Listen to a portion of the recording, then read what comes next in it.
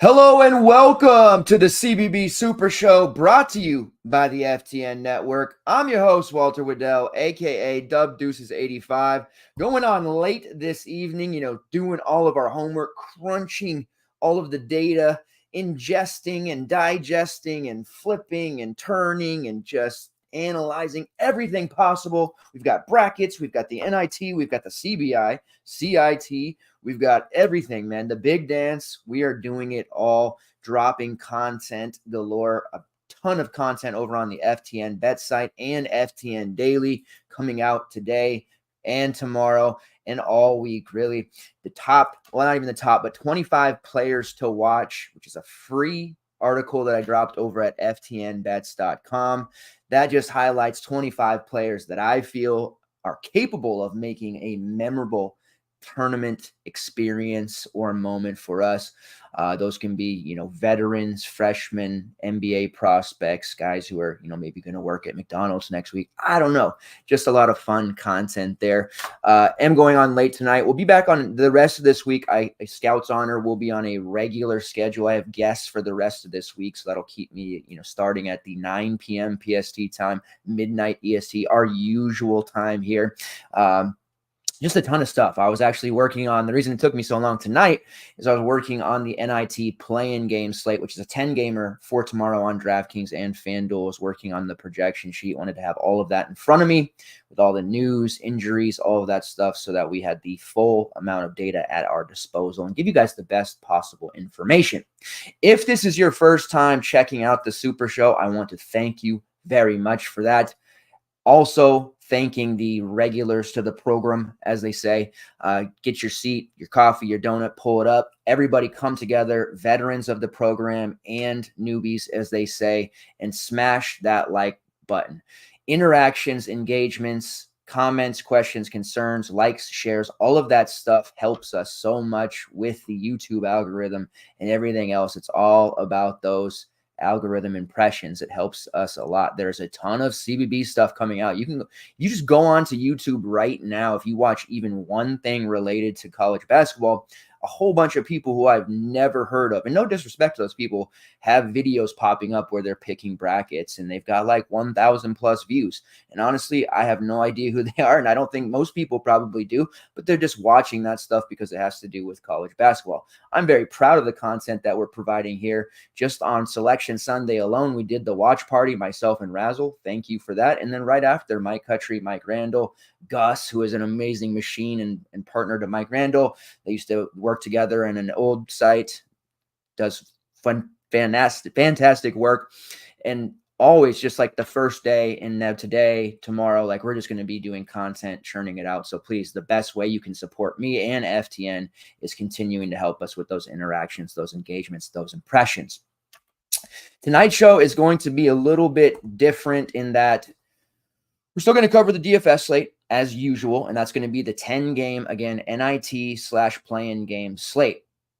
I'm also going to do a little bit of bracket talk. I'm going to fill out a bracket on ESPN Live. I'm going to share my screen and do my initial run through here. Now, we did release on FTN site a staff picks article in which we all had our final four. I did make a Final Four selection there, which may surprise some people, and I want to just go through my bracket and see how I got to those Final Four. And initially, I thought, I'm going to pick it in. I don't have to be locked into it. I'll probably change it. I did it this morning, turned it in, and I was thinking about it throughout the day, and the four selections that I actually made, I feel like have a really good opportunity and a good chance. So I'm going to go through that bracket, kind of walk through my process, and you guys can, certainly follow along there. We are going to do a bracket contest for viewers of the show and subs of FTN as well. There's going to be one in which it's just a simple $20 buy-in, nothing major. To get a valid bracket in, you'll have to send me the $20. I will hold it, or we'll get someone else to hold it, whatever. And then we'll have a payment structure out. I'll have all that information out tomorrow early afternoon. We're also going to have 2 to 3 draft leagues, meaning you're drafting players from the tournament teams and trying to, adequately build a roster. We'll probably have at least 2 if we get a lot of interest and they all fill up. I'm thinking 10 to 12 people per league, so it doesn't get too crazy and we're not drafting 16 seed players. Although they can win, we've seen. And then there's also a bunch of other stuff going on at FTN. There will be a bracket contest on the site. In addition to the pay leagues, I'm also going to have a free bracket contest that I'm going to run. That is going to give away free prizes. I have to clear a few things, but there will be some very, very interesting and cool stuff. For trading card aficionados, perhaps a free month sub at FTN and other great prizes. So I'm figuring out all that stuff as well. Tomorrow, we have the Roto Wire Draft League coming up. We'll be making an appearance on the Sirius Satellite Radio. I will pass that link along to those of you who have that, sub to the satellite radio and XM Fantasy and all that good stuff. And you'll be able to hear myself and a lot of other bright people like Raz, the 3-time champion, making our selections live on the air and giving reasons why we're making those selections. There will also be a show tomorrow night, of course, on the FTN Network. That will be covering the Wednesday NIT and play-in slate. We'll also be talking brackets there. I will have a guest, our supreme editor and mega tilter, who really tries to challenge me for the tilting title, and he's pretty damn close, but Adam Young, he's going to be joining me. First time on the show. Really excited to have him. Wednesday night will be the penultimate, I should say, show of covering the first round Thursday, day 1. We're going to go in depth all those matchups on Thursday, day 1. Those of you who are in the Mania, you're going to want to make sure you're sitting there with your pen and paper taking notes. We're going to go in depth game by game. It's going to be an extremely long show, but well worth it. And it does sound like we're going to lock down the prop betting aficionado and superstar Mike Kutry for that one. He is going to be joining us live Wednesday night, 9 p.m. PST Eastern time. It'll be midnight, but trust me, you will not want to miss that show as we break down day 1. Also going to be doing some stuff with Chris Meany, who is just the superstar at FTN. Absolutely love Chris's work. He is a hockey stud. He knows NFL, he knows MLB, all that stuff. We're going to be going and joining him, talking about Final Four picks there as well, bracket talk, all kinds of college basketball stuff going on. So stay tuned, stay locked. Make sure you're subscribed and have notifications on for the FTN Network on YouTube, as well as the FTN Daily, FTN Bets, and FTN Network Twitter handles. And of course, myself at DubDeuces85 on Twitter, where I do primarily most of my work on that particular social media platform. You want to make sure you're having notifications on for that. You'll know exactly when I'm posting projections, articles, when shows are going to be going live, and any other relevant news, such as injuries related to the DFS sites, portal news, because we are in portal season. Lots of stuff planned for that as well. Just keep it locked. Keep those notifications on. It's going to be a grand old time. All right, let's go ahead and hop in, because this is going to be, I'm just trying to make this not like, 4-hour show. I wouldn't do that to you guys, because I could easily sit here and talk to myself for a long time. And we're going to have to really drive it tomorrow, because with me and Adam on the show, we're liable to just talk and yammer on forever. So I'm going to jump into the slate right now. We're going to quickly and adequately and efficiently go through all 10 games. That way we have time to talk about not only our core stuff, our prize pick stuff, any betting opportunities, but also go through and fill out the bracket live on the air, because I do think I want to make sure I get that done. And I've had a lot of people asking me about some of the Final Four stuff I've been talking about, and I'm really anxious to get into it and give my take on the bracket. All right, let's get into this 10-game slate here. Contest-wise, it's not great, but the good news is for Thursday Survivor, we broke it on the Super Show. If you remember, this is DK having survivors again. That is going to be the case. There are survivors. Looking at it for the 14-game slate on Thursday, there is a $25,000 to first, 5,800 entries, $20. That's not the Survivor, but that is the huge one, $25,000. That'll buy you a lot of damn appliances let me tell you. Survivor, $6.40. That level. You also have a $64 Survivor, and that's what we're accustomed to. Those two price points in years past. For whatever reason, they abolished it. Was it last year? Possibly even 2 years ago. But that is the price points we're usually accustomed to seeing. That'll run the duration of the first and second rounds. Then it closes. Then they typically, in the past, and what they've done is ran one for the Sweet 16 and the Elite 8.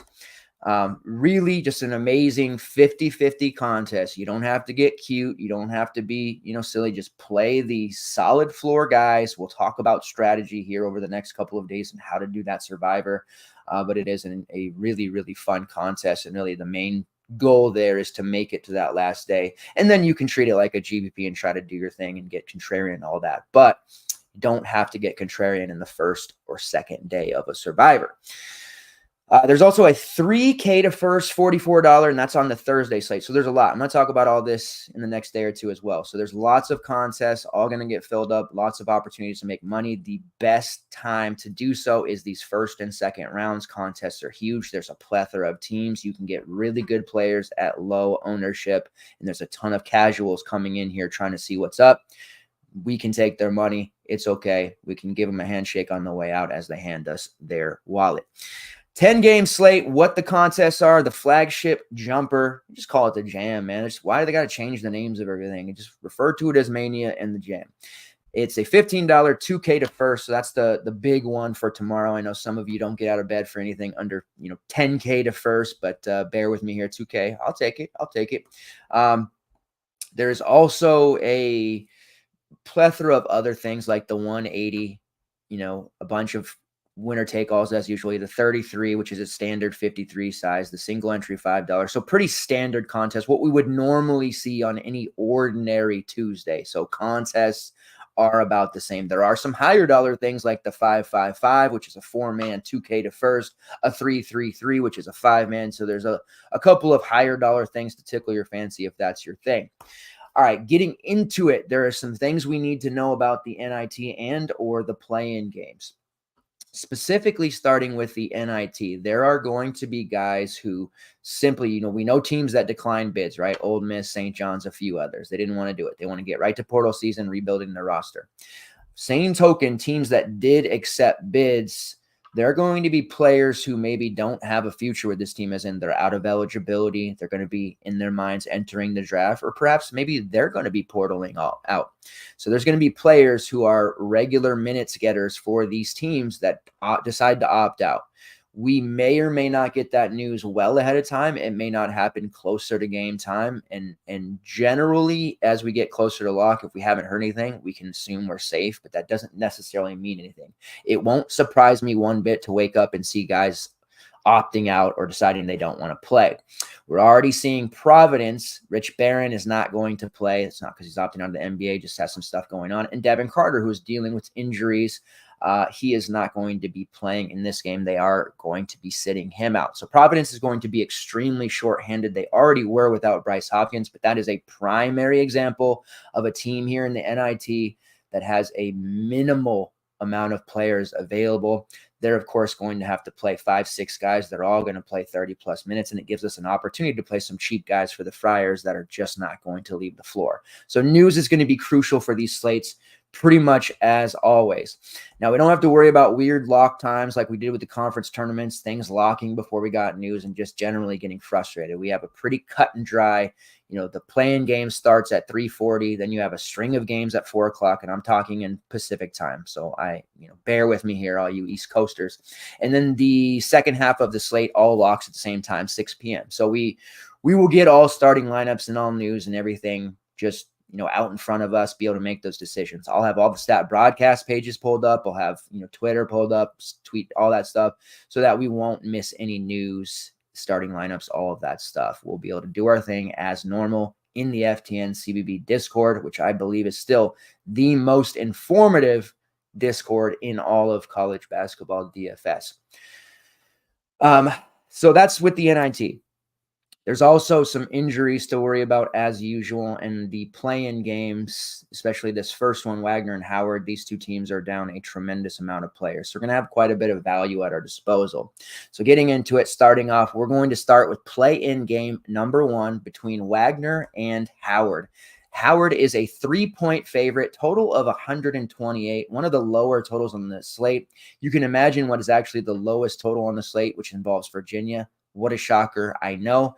In this one, both, as I mentioned, Wagner and Howard are going to be running extremely thin rotations. Wagner, in fact, as they beat Merrimack in the NEC tournament final, played just 7 players, 5 of which played 29 plus minutes. Their bench consisted of 2 players, freshman Sek Zongo and the junior Taiji Kelton, who in the past has played some solid minutes. He only played 3 minutes. Zongo played 11. The 3 of the starting 5 in that one played 40, and I suspect the same 3 are going to play 37 plus minutes.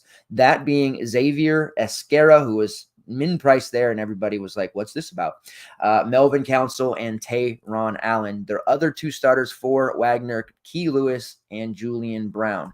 Looking at the prices for Wagner, you can go right to Esquera, who we were all in on, at $3K. He gave us 17 and 40 minutes against Merrimack. Nothing to get super excited about, but you'll see in the past, way back in November, he put up some big scores, and he has been a starter playing big minutes throughout. DK didn't have his updated game logs. It fooled some people, but it also is a live scoring issue with that game. I don't suspect we'll have that with tournament big dance games, so I don't have to worry about that, those of you who like to look at the live scoring. But Esquera, obviously at 3.9, playing 37 plus minutes, is a no-brainer value play. You also have Tayron Allen, who's fairly cheap, all things considering, only 6'1", and he is also going to be playing a ton of minutes. And he had a sensational game in that NEC final game against Merrimack, 22 points and 7 rebounds. And then lastly, Melvin Council, who had a 30% usage rate in that game, 12 points, 4 rebounds, and a steal. He is probably my least favorite of the top 3 just because he's priced at 7.3, right? We can get 2 of those guys cheaper playing the same amount of minutes. And honestly, Council's upside isn't anything, super higher than, obviously more than Esquera, but Tayron Allen can easily match for, almost 1K or more left. In the middle part of the season, Council went through a big surge where he was hitting 30 to 35 plus with regularity. He does take a tremendous amount of shots. And when you look at overall usage rates, shot rates, all of that, he does lead the team, 26.7% usage rate and a 28% shot rate, along with a 22.5% assist rate. Definitely a fan of his in GBPs, but I don't think it's necessary to spend that money. Looking at the initial Wagner projections, as you can imagine, Esquera projects extremely well at 40 minutes, well over 6x. Tayron Allen also projects quite well. And then after that, Melvin Council does as well because he's going to play all those minutes. Leaves Julian Brown and Key Lewis as more secondary looks. They're still going to play 20 to 30 minutes, even more, but they don't have the same kind of rates as some of the other options like Allen and Council, and they're just not priority type of looks. The nice thing about that is Lewis at 6'1", Brown at 6'3". They're not really cheap enough to feel bad about. They're not going to be highly owned. And if something wacky happens, like they go off for 30 plus or somebody gets into foul trouble and they got to play walk-ons, it's not as if we're going to have to worry about getting beat by those players. They're just not going to carry ownership. I can't imagine playing Brown or Lewis over Tayron Allen. But Esquera is an easy click in, and I'm certainly going to be playing him in every lineup. Now, I'm much more excited about the Howard side of things. I love this Howard team. Coming into last year's tournament, they were a really fun looking group, played at a fast pace, and honestly, they played quite well in the first half against Kansas. They ended up losing big time, but there were several performers in that game, like Shai Odom and Elijah Hawkins, who panned out and paid off. And also Steve Settle, who played well enough to get himself a gig at Temple here this season, ended up transferring. This year, Howard has a similar roster. They did upgrade a bit. They have Seth Towns, who has been in college forever. We know he played at Harvard. He played at Ohio State. He's been around the block dealing with injuries. It's really exciting to see him coming into a tournament fully healthy and have an opportunity to win a tournament game here in front of a national audience. They are also shorthanded, though, as I mentioned, several players. Dom Campbell, who missed last game, Shai Odom, who has missed several of the last, 3 of the last 4 games. He played about half of February before missing those games, and he missed all of January prior to that. So he's been in and out of the lineup pretty much all season long. And again, missed the entire tournament for the MEAC, played none of those games. So we'll see if, what kind of news we get there with Shai Odom.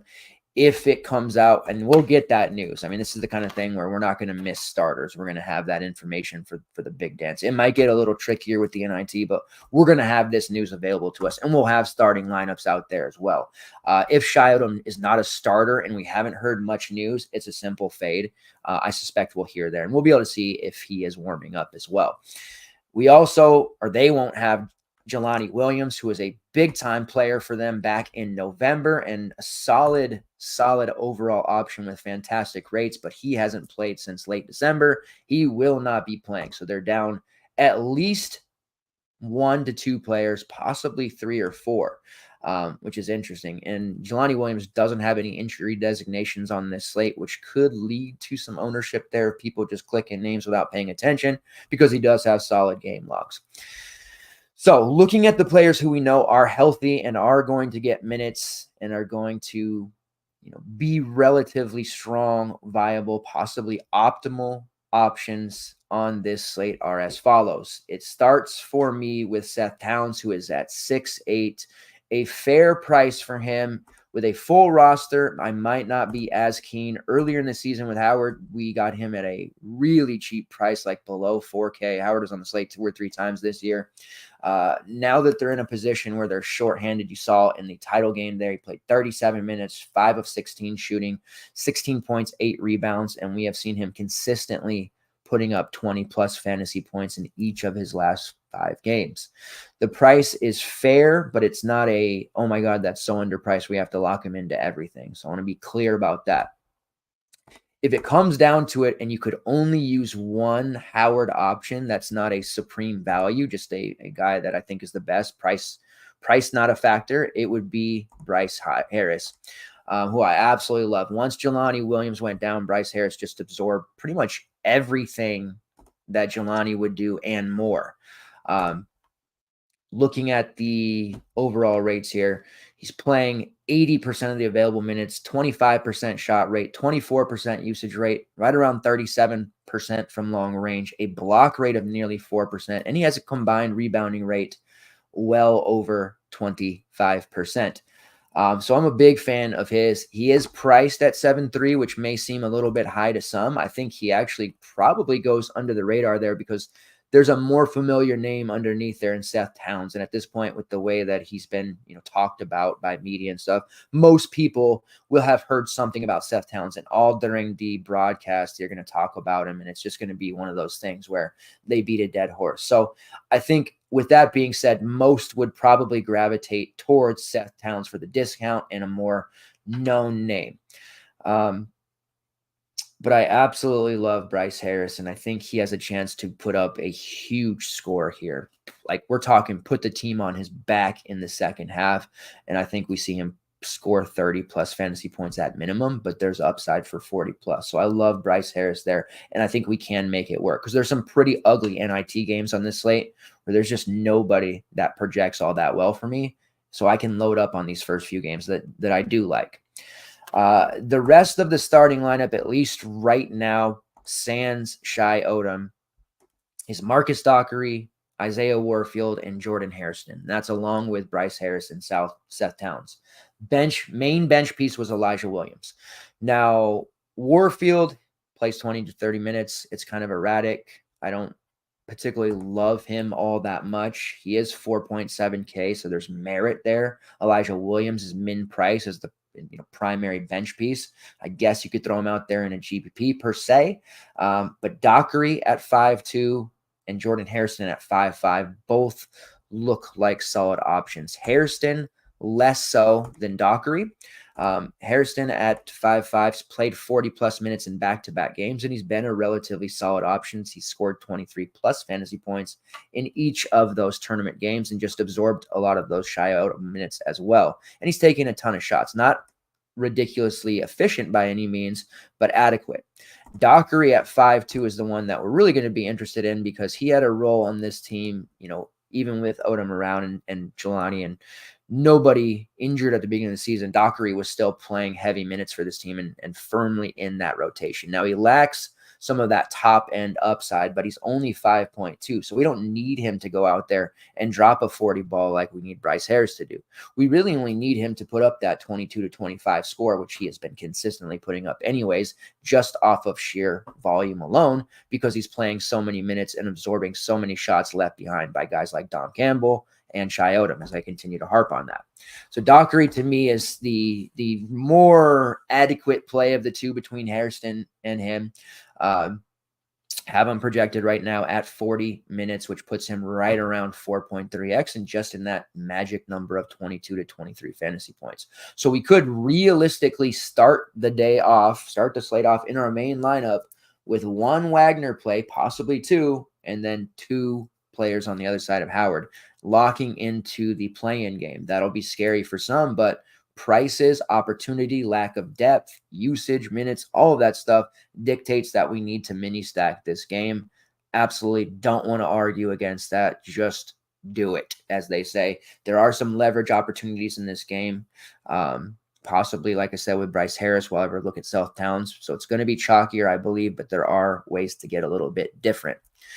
All right, moving on to the NIT portion, then we'll get into the Virginia game, which I know you're all just on the edge of your seats for. North Texas versus LSU, kicking off the NIT. It's a total of 135. LSU 2.5 point favorite.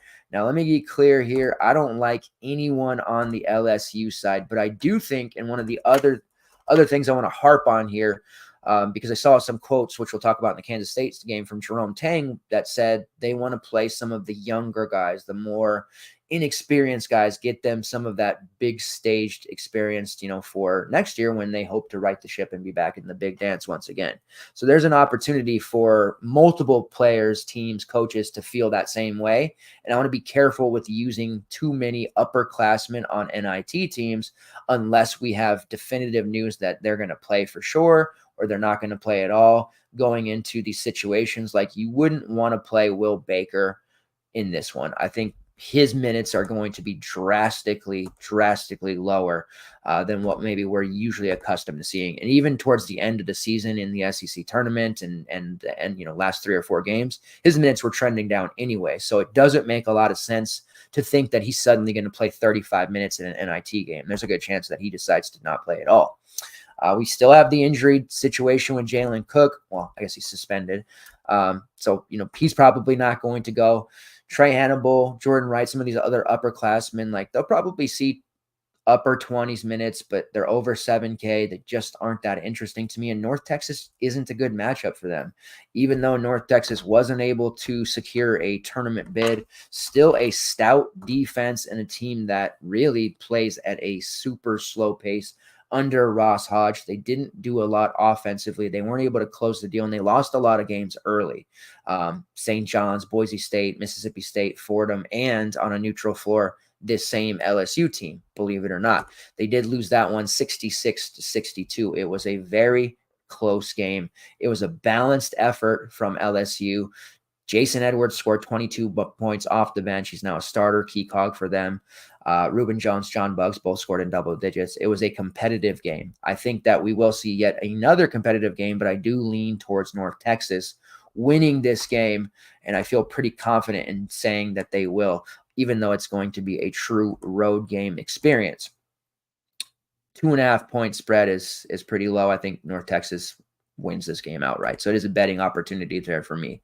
Looking at it, Jason Edwards, the real deal, honestly, 30.5% usage rate, a 33.5% shot rate. He's shooting about 35% from long range on 211 attempts and is playing 81.6% of the available minutes. So started out the first roughly month and a half of the season coming off the bench, but it became really apparent that he was their number one offensive option, and he was playing close to 30 minutes off the bench, made the switch right around January to get him into the starting lineup and never looked back from there. In fact, on January 6th, he scored 37 points against Tulane, dropping 8 of 10 from three-point range. High usage rate, very effective, pretty efficient for somebody with his volume as well. Number one shot rate in all of the conference here, the American, and number 4 in usage rate. So you can definitely look to Edwards, where North Texas is going to get a nice bump here in pace. They're 360th in tempo. So playing anybody's going to give them a tempo boost. LSU is 67th in that regard. Love what I see from Edwards. He is a 6.6K price point only. To me, that feels way too cheap. It seems like an auto 30. He's not a player that I would envision getting benched for any reason or not playing an NIT game. He's only a sophomore. There's going to be plenty of Jason Edwards next season as well. Absolutely love him in this game. We also have a cheap option in Reuben Jones at 5'9", who is a fairly big chucker. We like those. Did score 30-plus fantasy points in 3 of his last 5 games as well. And he's definitely somebody that I'm going to be pretty high on. North Texas, I said, these first few games of the slate, projections are bursting on the first 4 games. I want as much exposure to those first 4 games as humanly possible. And North Texas is definitely a mini stat candidate for that reason. You have CJ Nolan at 5'7". He's not as appealing to me as Reuben Jones. He did have a 43 against Tulane, though, in their conference tournament, so he has upside there. Rondell Walker with Reuben Jones and company now healthy has pretty much lost minutes. We saw him play only 9 against FAU, and his minutes have been trending downward ever since. He's 4.9, which is a value price, but it's not that much more for guys like Nolan, Buggs, and Jones. And then it may surprise you, but at 6'4", Robert Allen is projecting quite well. Definitely a guy I think can get to this LSU front court and bang them around. You look at Robert Allen and where he transferred from, he has upper tier P5 conference experience. He did spend a season at Samford, 2 seasons actually, but then he spent 2 seasons at Ole Miss. So he has been around. He knows what it's like to play this level of competition. He's got the 6th highest offensive rating in the country, 6th in the conference, not country, a 17.5% offensive rebounding rate, which is 4th best in the country, and a combined rebounding rate well over 30%, a block rate and steal rate of 3% each as well. And he's drawing about 4 fouls per 40. The big Achilles heel for Robert Allen is the fact that he gets himself into foul trouble quite often, but he's a nice look here and a pretty supreme to me GPP look in this matchup against LSU, assuming he can keep himself out of foul trouble in a road game. And then you have Aaron Scott, guard forward eligibility there. I don't have a lot of interest in him. He, with all these guards taking shots, Edwards assuming control as the alpha, Reuben Jones back healthy, it doesn't leave a lot for Scott. There's not a lot of meat on the bone there for him. His shot attempts are way down. He's a fouler. He's not rebounding all that well now that Robert Allen is playing more minutes. So he's just not that interesting of a play to me whatsoever. So I'm looking at it as 3 guys are definitely viable. I'm not going to play 3 North Texas. I think that's a little excessive.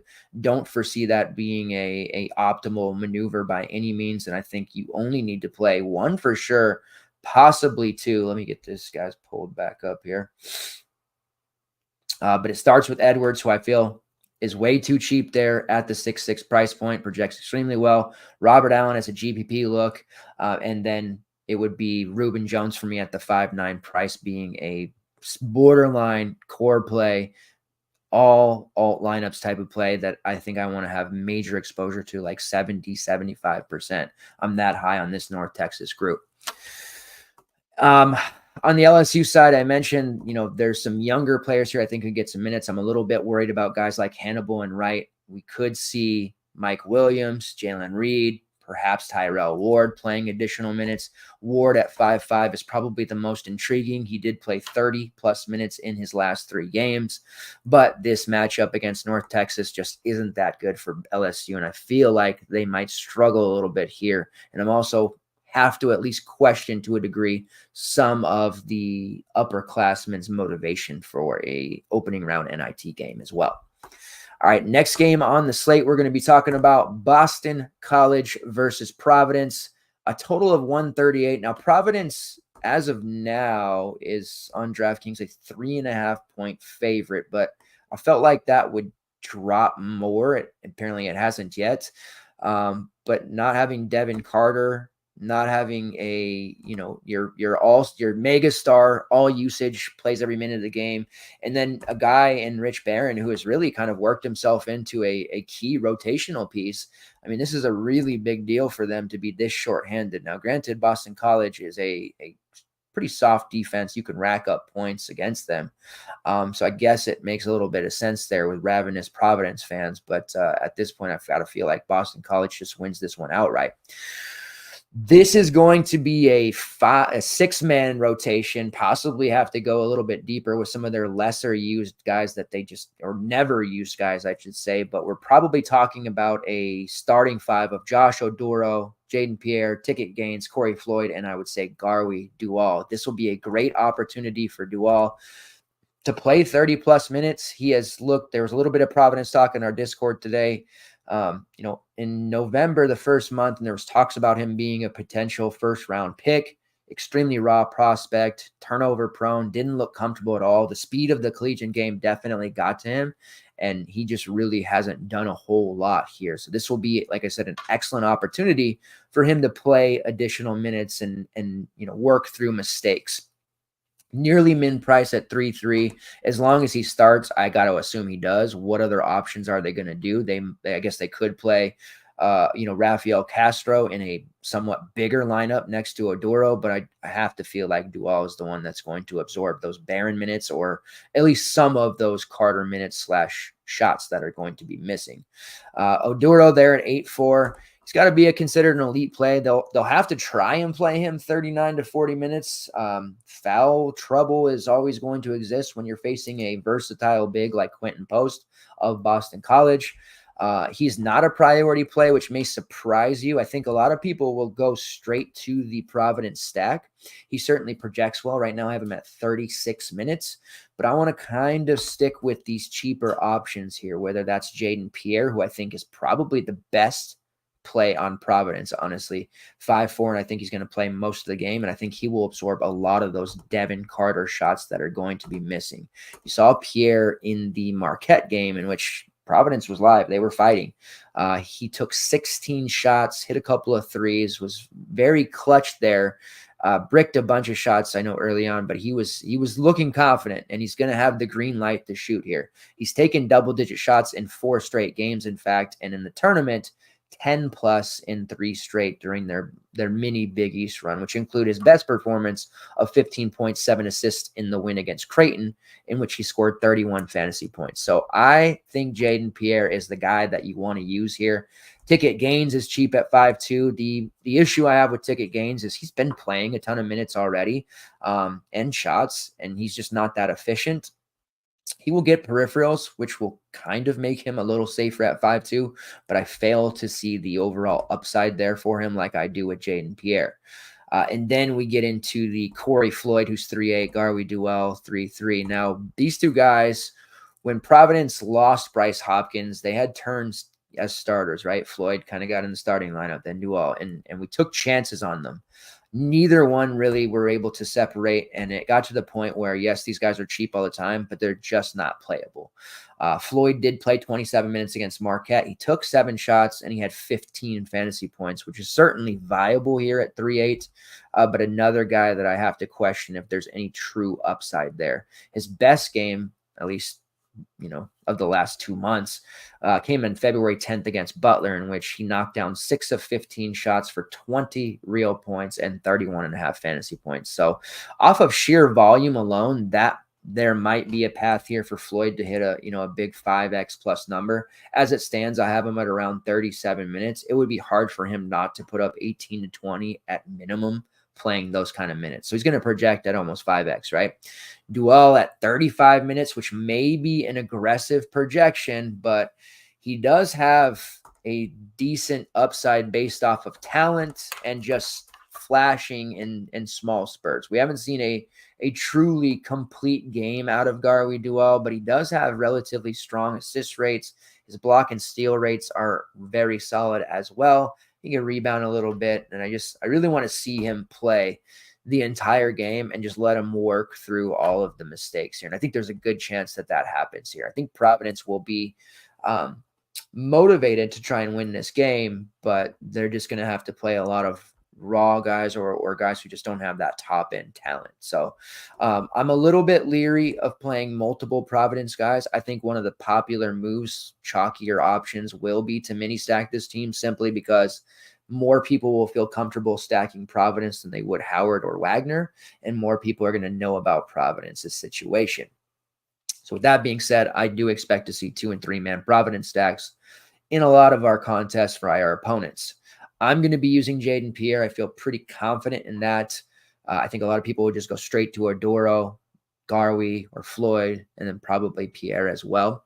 But there is the min price Rafael Castro, who's just going to be forced into more minutes as well. So a lot of different ways you can go here with Providence. On the BC side, you take out Carter, who's a strong defender as well. They haven't had Bryce Hopkins. You take out Barron. There's just going to be very little resistance here. And how aggressive can this defense be here? Because if they get into any sort of foul trouble, it's just going to be a really tough situation for them.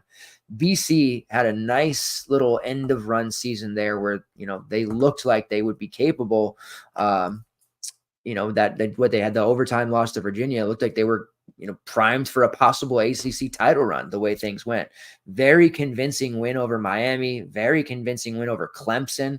So this BC team led by Quentin Post is absolutely live to win this game. Now he's expensive, as you can imagine, at 9-1, but we have we're 3 games in and we have a ton of value at our disposal from the first play-in game to Providence guys to North Texas guys. So there's no problem if you want to play Quentin Post. You can easily fit him in.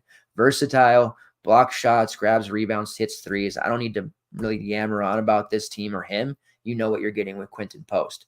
It is worth recognizing my man Claudell Harris, who had a really nice end of season run. 3 different games against Miami in which he just torched them in all. He had a big, massive performance against Clemson. 10 of 22. He took 22 shots in that game, hit 5 threes. On his way to 37. He just got red hot and it didn't stop. In the Virginia game, he hit 3 triples in the first 5 minutes, cooled off after, but it's important to note he took 16 shots. I think Harris is going to remain super aggressive here, especially against a Friars team.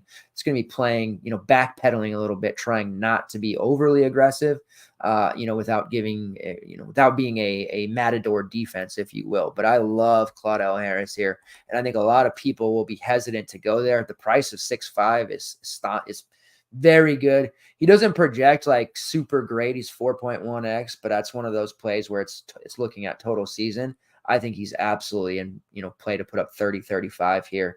Love him a lot. I like him better than Jane Zachary, who's priced at 6K, better than McLaughlin, who's also 6K, and better than Mason Madsen, who sits around 5.5. Any of those guys are fine looks if you want to go there. But to me, if you're not paying up for posts, Harris is the guy to own. If you want a somewhat sneakier value, you do have Donald Hand at 3.5, and this is one of those plays where perhaps in the NIT they try to get him some more minutes. He played 24 minutes against Virginia, 17 against Miami, and 19 against Clemson. So he got more burn during the ACC tournament. Seems like that's something that will continue. Only 3.5. Put up 3, 16, and 13 during that 3-game stretch. So again, you're not going to be getting world-beating numbers, but you don't need that at 3.5 either. But this is definitely a game you want to have plenty of exposure to, no doubt. Next game here is Xavier versus Georgia. Total of 152.5. Now we're talking. Georgia is a 1.5 point favorite. This is one where I think it's really obvious that Mike White in Georgia is going to lean heavily on their younger players. They have several seniors who transferred in, and guys who, Jareem Abdur-Rahim just hasn't been playing because of injury, but Justin Hill, Noah Thomason, Russell Shishwa, I don't know how many minutes those guys would actually play. Perhaps Georgia, I could see them putting their foot down and making an NIT title run here and playing all those guys. But to me, this is a great opportunity to show your young core. You're invested in them. You're going to play them a lot and, bought in. Next year, they've got some guys coming in. They'll work the portal. But that, to me, means Silas Demery, Blue Kane, and Dylan James. Those three younger players are honestly the future of this team. And I think we see them all play 30-plus minutes. They're excellent options playing against a Xavier team that we know plays a style of defense that yields a ton of fantasy goodness. They're 34th in overall tempo, and more, time and time again, we see Xavier surrendering 78, 88, 90, just a million points at a time. So it's tough to sit here and be like, yeah, Georgia's a great stack, because that, we're so used to Georgia being bums, but this is a spot in which, yes, Georgia is a great stack. I'm going to be targeting the younger players. This is really the strategy I'm going to use, thinking that, some of the upperclassmen, like, maybe they could move on. Like, I could see Noah Thomason, moving on to his pro career, whether that's overseas or whatever. I could see Justin Hill calling it quits, or, perhaps some of these guys hitting the portal and deciding not to play. So we'll see how that works out, what the starting five will actually be. As it stands, the group that they run with does include the three freshmen at the last few games, at least. Silas, Kane, and Dylan James have all been starting, and then Russell Chua and Noah Thomason, they're rounding out the starting five. Dylan James didn't have a particularly great game against Florida in that close loss there, but I do think we see him return to playing 25-plus minutes. He is just 5K there, and you guys remember just kind of hyping him up prior to the Ole Miss game, and he ended up starting and had his coming out party there, so you know how much upside that James does possess. I think he has a really bright future. We're going to be talking about him a lot next year.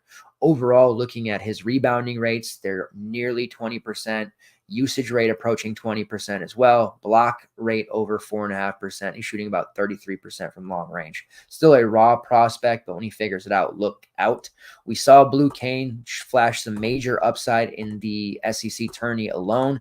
In that matchup against Missouri, he put up a career high 19-5-3, 4 steals, which was 39.75 fantasy points, the most we had seen from Kane at this point in his young career. He followed it up with a dud against Florida, but looking at minutes, he played 28 one game after playing 31. So at 5'6", I could understand maybe people being a little gun shy there, but I'm expecting 30-plus minutes there and against an Xavier opponent that he should be able to do some things against. James is there at 5K as well, and then you have Demery sitting there at 6K. I would list them in order of priority by Dylan James, Blue Kane, Silas Demery, going from cheapest to most expensive. Silas is the one that I have the most confidence in for putting up a slate-breaking score, if you will. But there's definitely some downside there with him. He's not the most gifted offensive player, but what he does do is fill up a stat sheet. He has strong peripherals, and when he does have a good shooting night, that's when you see that major upside take shape. So those are the three that I'm looking at for Georgia. Am I stacking Georgia? Perhaps not, but I'm certainly going to be considering it. As I mentioned, these first 4 games is where 90% of my exposure is going to come from. Aggressive, it certainly is, but as we get through the back half of the slate, you'll see why I feel that way. On the Xavier side, 4.4K, we've been using a lot of Lazar Djokovic. He played 35 minutes against UConn, 33 against Butler, and 33 against Marquette starting. I think he has to be considered for sure. I do worry. I feel like Xavier is one of the teams that may have some guys decide to sit out. We'll see how it goes. Otherwise, it's the same old story with Xavier. You have Quincy Olivari, Davian McKnight, and Des Claude. I prefer Des because he's only priced at 6'9". We're seeing a ton of chalk lately on Quincy Olivari. If he is a normal starter and expected to get his usual minutes, I would expect him to be very popular on this slate once again, which is what we always see, just because it's high volume, high usage, puts up a 40-plus score with regularity. So I get that.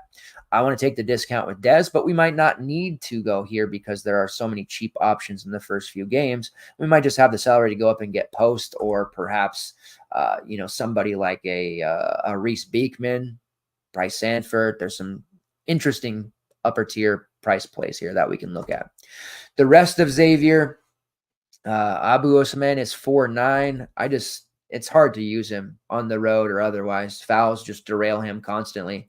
He was on his way to such a massive game against Butler, and what happened? He got into foul trouble. So even though his price is cheap at 4.9, I don't know if that we can really trust him. Possible sneak here with Trey Green at 4K. If any of those other Xavier guards that are more known commodities decide to sit out, or perhaps they're just going to play limited minutes. Trey Green could be a smash if he gets 20 plus minutes. So keep an eye out for that. I really like Trey Green's upside. I like his overall game, and I think he could have a big game here against Georgia if those minutes are available to him. All right, moving on here as we get into a string of games that just aren't as fantasy friendly. Just kind of real simple. Cornell versus Ohio State. Total is 155, so it is higher for sure. Ohio State 10.5-point favorites here.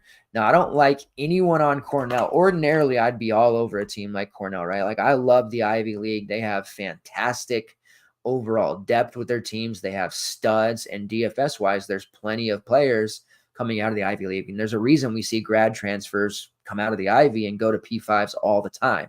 There's a real talent in the Ivy League. Cornell does play at the 26th fastest tempo, so they are a hugely tempo team that leads to a lot of fantasy goodness. The problem is here with Cornell is they have a deep rotation, and they run regardless of game type, close blowouts.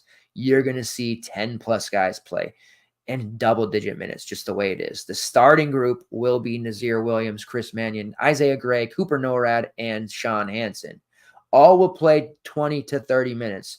It's rare for it to go above, rare for it to go below. Then you see guys like Jacob Beckles, Keller Boothby, who was actually a pretty decent fantasy option a couple of years ago, fell into a deep role player spot now. A.K. Okekere, Guy Ragland, and Jake Fegan. All of those guys are going to be playing double-digit minutes as well. It makes it really difficult to get excited about any of them. It really limits their upside overall. Looking at some of the prices, 7-1 for Mannion, that's kind of high considering his minutes are capped. Nazir Williams at 6'7" has upside, but he's majorly capped.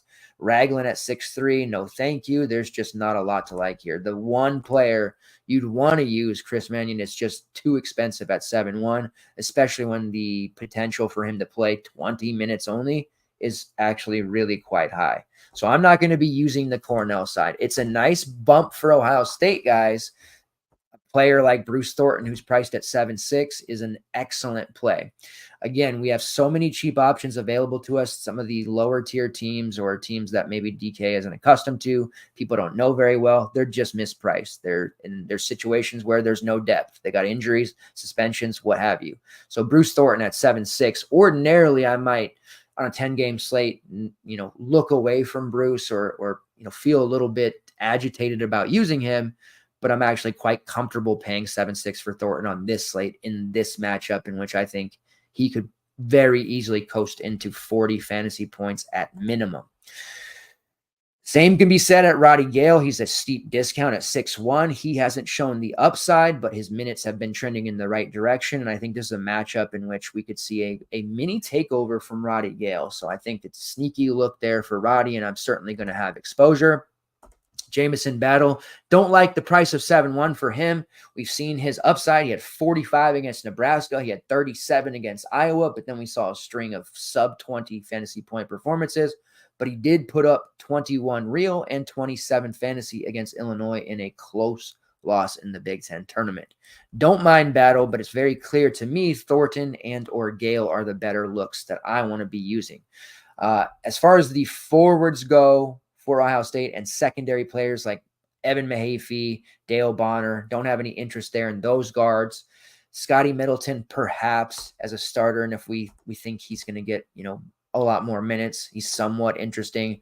But it comes down to can we go to Felix Akpara? If we do, how many minutes he's going to get? Can we go to Devin Royal? Can we go to Zed Key, who's a fan favorite and of DFS players alike? I think it's tough to say for sure. Zed Key is only 4.4, and the upside he possesses in a matchup like this is absolutely massive. He played 23 minutes against Illinois out of necessity, and you saw he put up a really solid 20 fantasy points. He put up 20 and 17 against Michigan, but the minutes were just all over the place and made it extremely difficult to trust.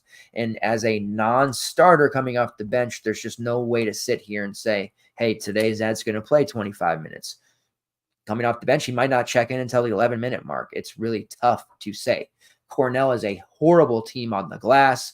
there's going to be a ton of rebounding opportunities here for all of the Ohio State players, not just the front court, but also perimeter. And we could see Akpara honestly pull down 15 rebounds in this matchup. We could see Zed Key pull down 10 rebounds if he gets the minutes. I'm probably most intrigued by Devin Royal as a younger player at 4-3.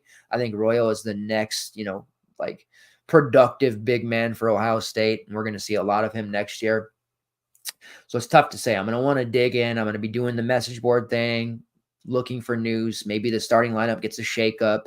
These are the kind of things I'm going to be looking for pre-lock in the NIT games. But as it stands right now, Akpara, probably your best look just because he's going to start at 5'8". But my most intrigued player is Devin Royal, and I'm probably going to be rolling one of Thornton Gale. As it stands now, I think I'll have the money for Thornton, and I think he puts up just a monster performance. All right, next game on the slate is going to be the other play-in game of the day, which is Virginia versus Colorado State. It's a total of 121, the lowest on the slate, and Colorado State is a 3-point favorite. Now, Virginia, and there, earlier I tweeted asking for some of the egregious mistakes that we're going to talk about tonight. When I'm doing the brackets, we're gonna talk about those as well. But one of the main things that people are saying was Virginia's inclusion in the tournament. I think that's a fair, thing to say. They did not look like they belonged in over a team, like Seton Hall.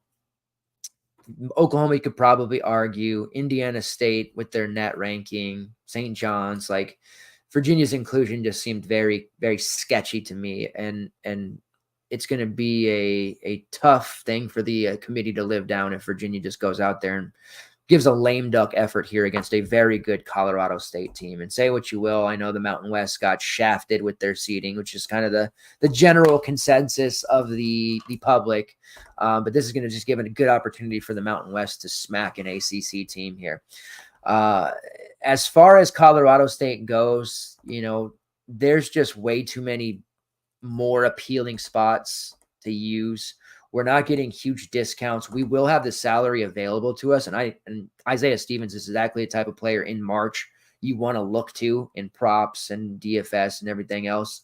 At 8-2, expect him to play majority of the game. Virginia's defense and pace really wrecks things for DFS purposes, but it's not as if a guy can't do well against Virginia. And I did put Isaiah Stevens in the 25 players to watch piece as just a veteran presence that doesn't make mistakes.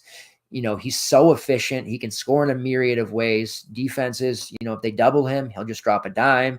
If they lay off him, he'll hit a shot. If they, try to D up and get into shorts, then he'll beat them off the dribble. He's such a phenomenal player, program leader in points, steals. I mean, he's just ridiculous. Honestly, the 8-2 price is underpriced for where he should be. He should be 9-10K with the way he plays, but this matchup against Virginia just stunts some of that upside. My fear here is that we use Isaiah Stevens. The game is played, 52-50 late, and we're seeing a bunch of 3X type of scores. That's my main worry here with Colorado State, guys. If I'm not using Stevens, I would consider Neat Clifford. I think he could actually be a big problem for Virginia, but those are the only two guys on Colorado State I would consider. I'm not going to get involved with their value plays. Palmer, Lake, and Strong have all taken turns being decent values at times this year, but that's just way too lean, have really no interest. Scott's too expensive at 7-7. Cartier is an unreliable shooter. When he gets hot, he's as good as anyone, but he's just really unreliable. So it's Stevens or Clifford or nobody, and they're certainly going to be considered luxury plays here for me. Now, on the Virginia side, we have some cheapies we can consider. It is 9.3 for Reese Beekman, so that's a pretty hefty tag. However, he put up 50 against Georgia Tech, 42 against Duke, 43 against NC State.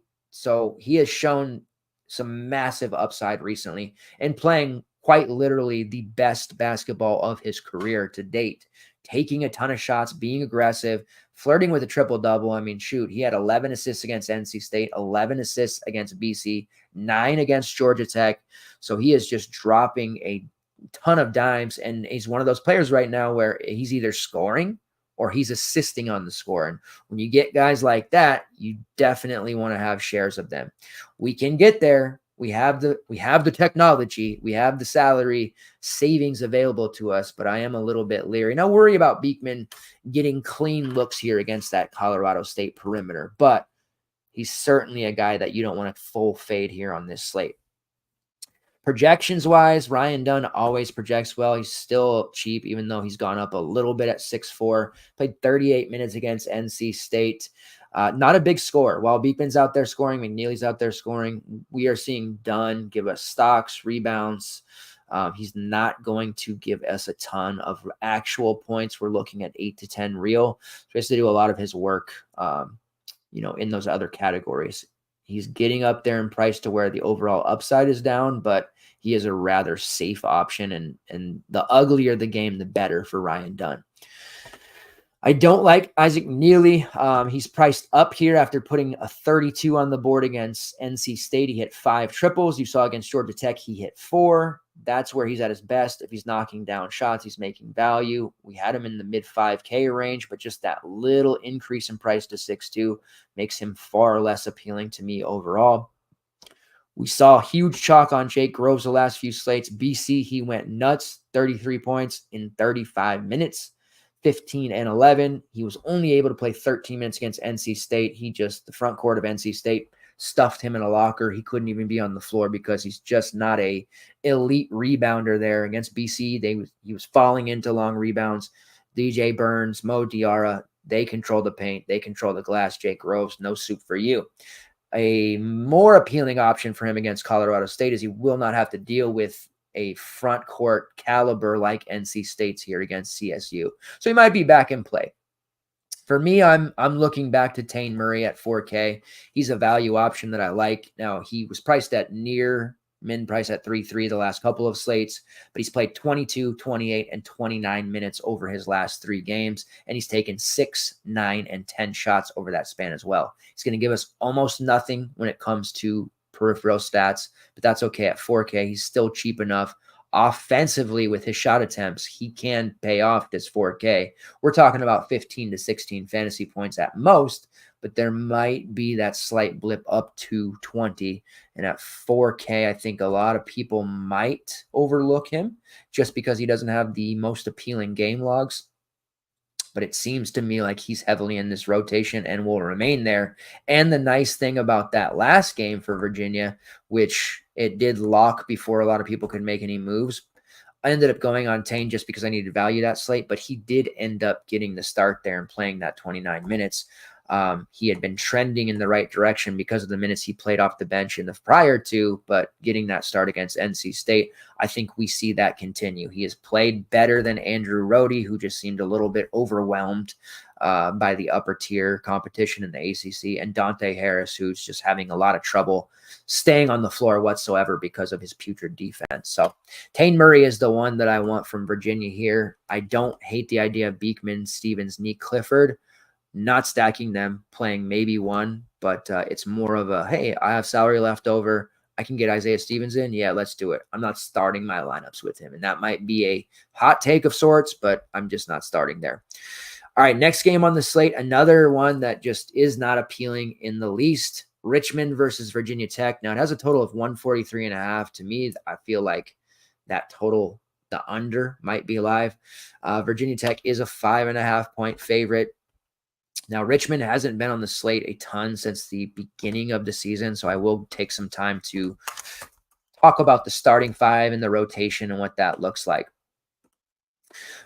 They run Jordan King, Delani Hunt, Neil Quinn, Isaiah Bigelow, and DG Bailey as their starting 5. DG Bailey was coming off the bench early in the season, and he was a value play during those times that Richmond was on the slate, but now he's playing 35-plus minutes as a starter.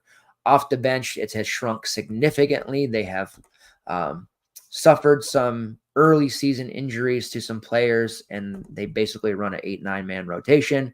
Mike Walls, Mikhail Tyne, and Tyler Harris. No, not that Tyler Harris, not that Tyler Harris, but this Tyler Harris. That is a pretty common name in college basketball and basketball in general.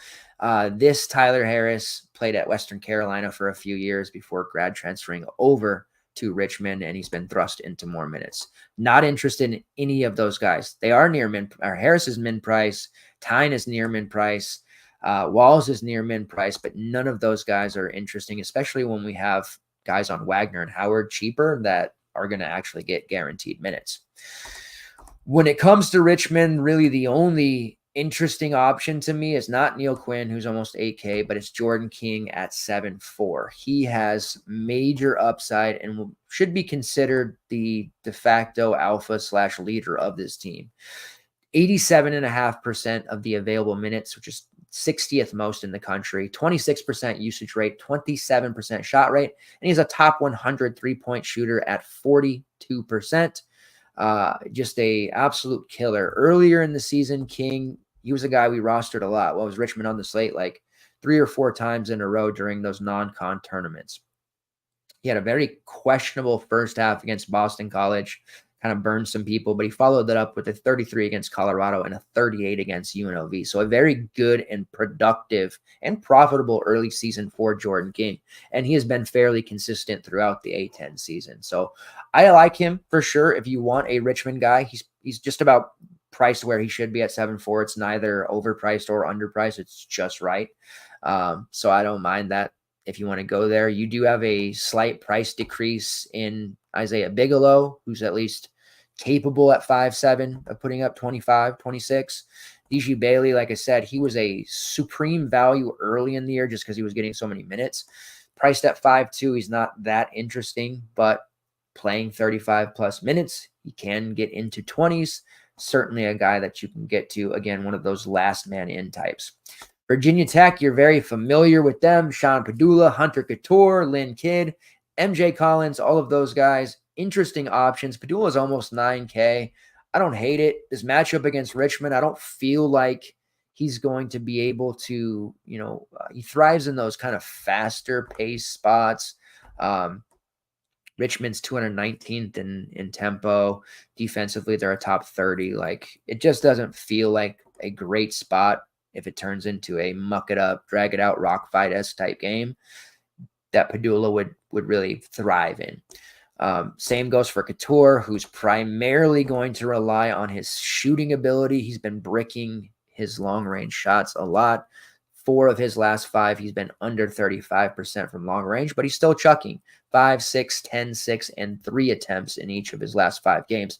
But he's almost 7K, and that feels a bit excessive for me. I have some interest in a guy like Tyler Nickel, who's there at 5'3". He was interesting and playing well and ending up on the optimal in the middle part of the conference season. Then he fell off and was losing minutes again. But the last 2 games of the season, he was back up to 28 and 33 minutes, and he eclipsed 20 fantasy points in each of those games. 5.3K guard forward eligibility, certainly have my eye on him there. And then Majel Poteet, we keep trying to make him a thing. He's only 4-1. Maybe we get him up to 20-ish minutes. They will need him against that Richmond front court, so I do think it'll be there. Has upside at this price point, but he's definitely a lower tier value. We still have much better options in those first 4 games in a similar price point.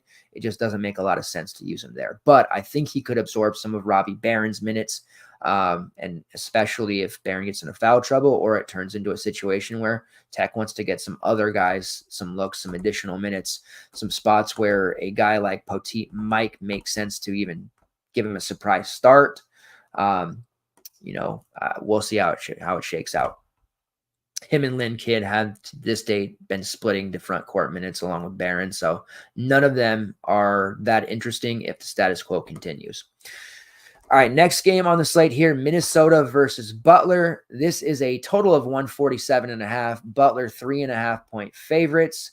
An intriguing game for sure. Of course, when it comes to Butler, you guys know my affinity for Posh Alexander, a St. John's Posh Alexander shirt jersey, hangs behind me here proudly. I love Posh. He is certainly one of my favorite players. He's almost 8K here. The nice thing is that people don't like paying above 7K for Posh, so he's going to be very low owned. He had a decent enough game against Xavier when they got bounced there in the Big East tournament, 14-5-5 for 27, but he was priced at 8-1, so it didn't quite work out, but still played 33 minutes, took 11 shots, had 5 assists. Like, contributed at a pretty high level overall. It's just very expensive. He doesn't hit that high-end 40-plus fantasy point upside all that often, but I do think the game against Minnesota's perimeter could yield a ton of steal and block opportunities for Posh as he harasses their perimeter. So I do like him. He's in what I would consider to be an elite GBP tier. Whether I land there or not in my main remains to be seen. If it's Posh versus Stevens, I think conventional wisdom or safety would lie with Isaiah Stevens, but I might be more inclined to play somebody like Posh, and I think he'll get full run here in the NIT.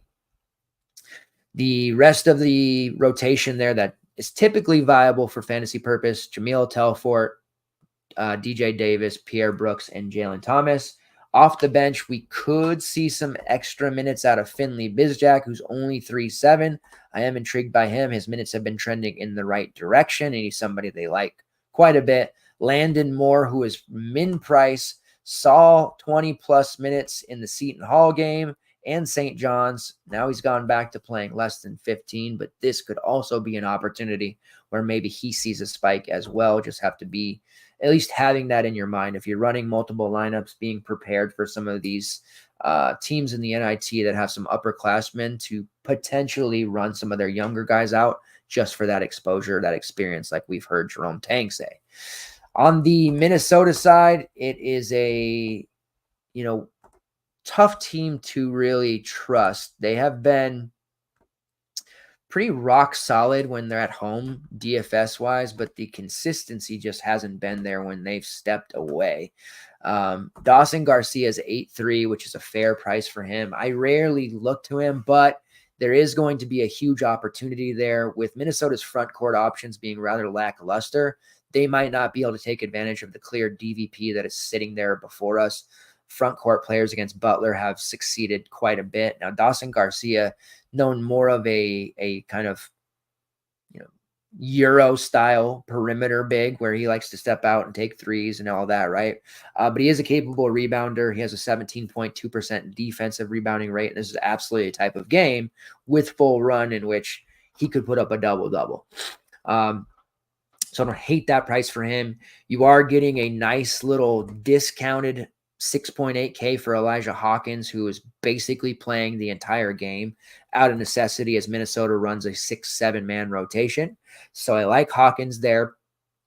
Cam Christie has been an absolute killer, major upside. He is one of those guys that at home, he had just been putting up buckets in his point props. We started off hitting his under early in the season, but that quickly had to become the over. And at home, he had been a very consistent option. I like his price at 5.6, but on the road, I do worry about him, and he's somebody that I'm probably going to be a little bit lighter on, even though I do like him as a player, and it actually worries me to be fading him for what it's worth. Mike Mitchell at 5.3. Coming into the season, I was so high on him transferring from Pepperdine. I felt like he could work himself into a legit first-round prospect. That hasn't come to fruition. He is just not appealing to me. He is the type of player that I feel like if he gets guarded by Posh at any time, he is just going to panic and he's going to turn the ball over a lot. So I have no interest in Mike Mitchell there at 5.3. Very little interest in Braden Carrington, even though he's only 4.4. Again, another guy that I think is just going to be contained. Not a lot of upside there. And Pharrell Payne at 5.2. On paper, DVP spot there for him, but he's just not looked very good.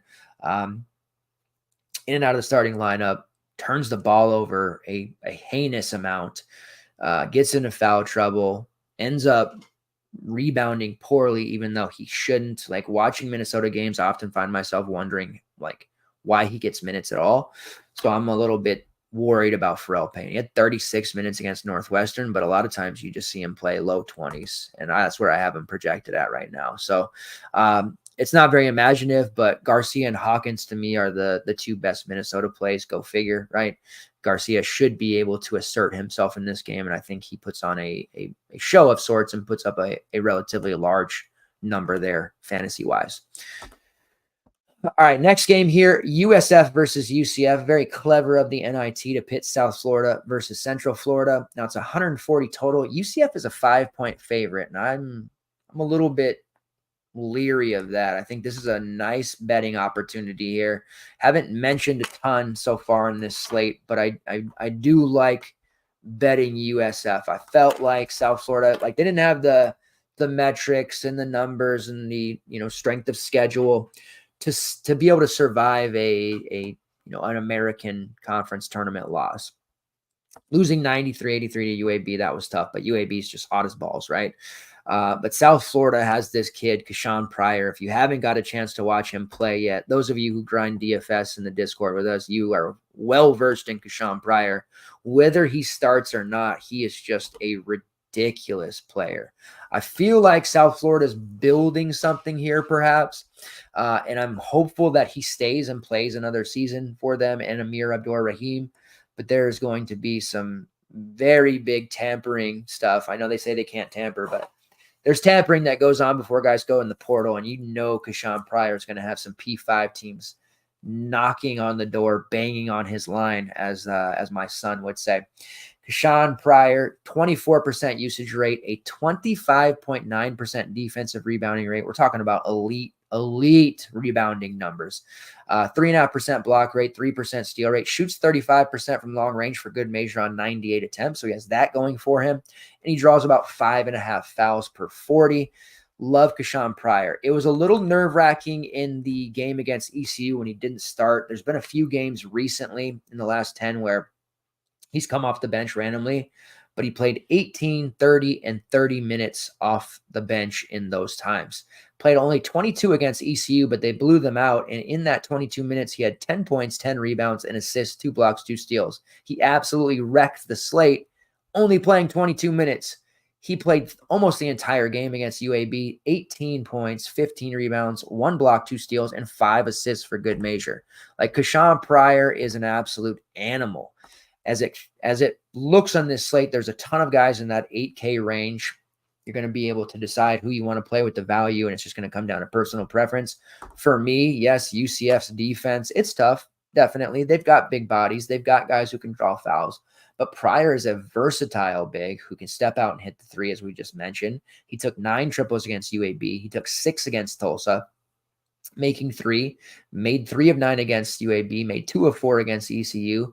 He's got 3 straight double-doubles, 18 and 15, 10 and 10, and 29 and 11. Kashawn Pryor is going to mutilate the slow-footed front court of UCF. Omar Payne won't be able to defend him. Diallo won't be able to defend him. Silla, maybe Walker, maybe Marcellus Avery, as they're a bit more athletic and versatile and not as slow. But I don't think anybody on UCF's front court is capable of guarding Pryor. So to me, Pryor, it's a road match, whatever. He's a priority play. I'm all over Kashawn Pryor. If he didn't start again, it would make me feel a little bit weird just because I am worried about non-starters in the NIT. But at this rate, I have to assume he does, and he plays 30-plus minutes. So Kashawn Pryor is my guy. Now, there are 3 different players with potential injury implications here. Jose Placer, who has suffered a sort of upper body injury that he did end up playing through against UAB. Placer is a very low-end option anyways. He's got almost no usage at all, offers almost nothing in secondary stats, has to hit shots to really even pay off this price. So I'm not that concerned about him. Corey Walker, who started 2 games ago against ECU, played 13 minutes, ended up suffering an injury, didn't play against UAB, so we'll see what happens there.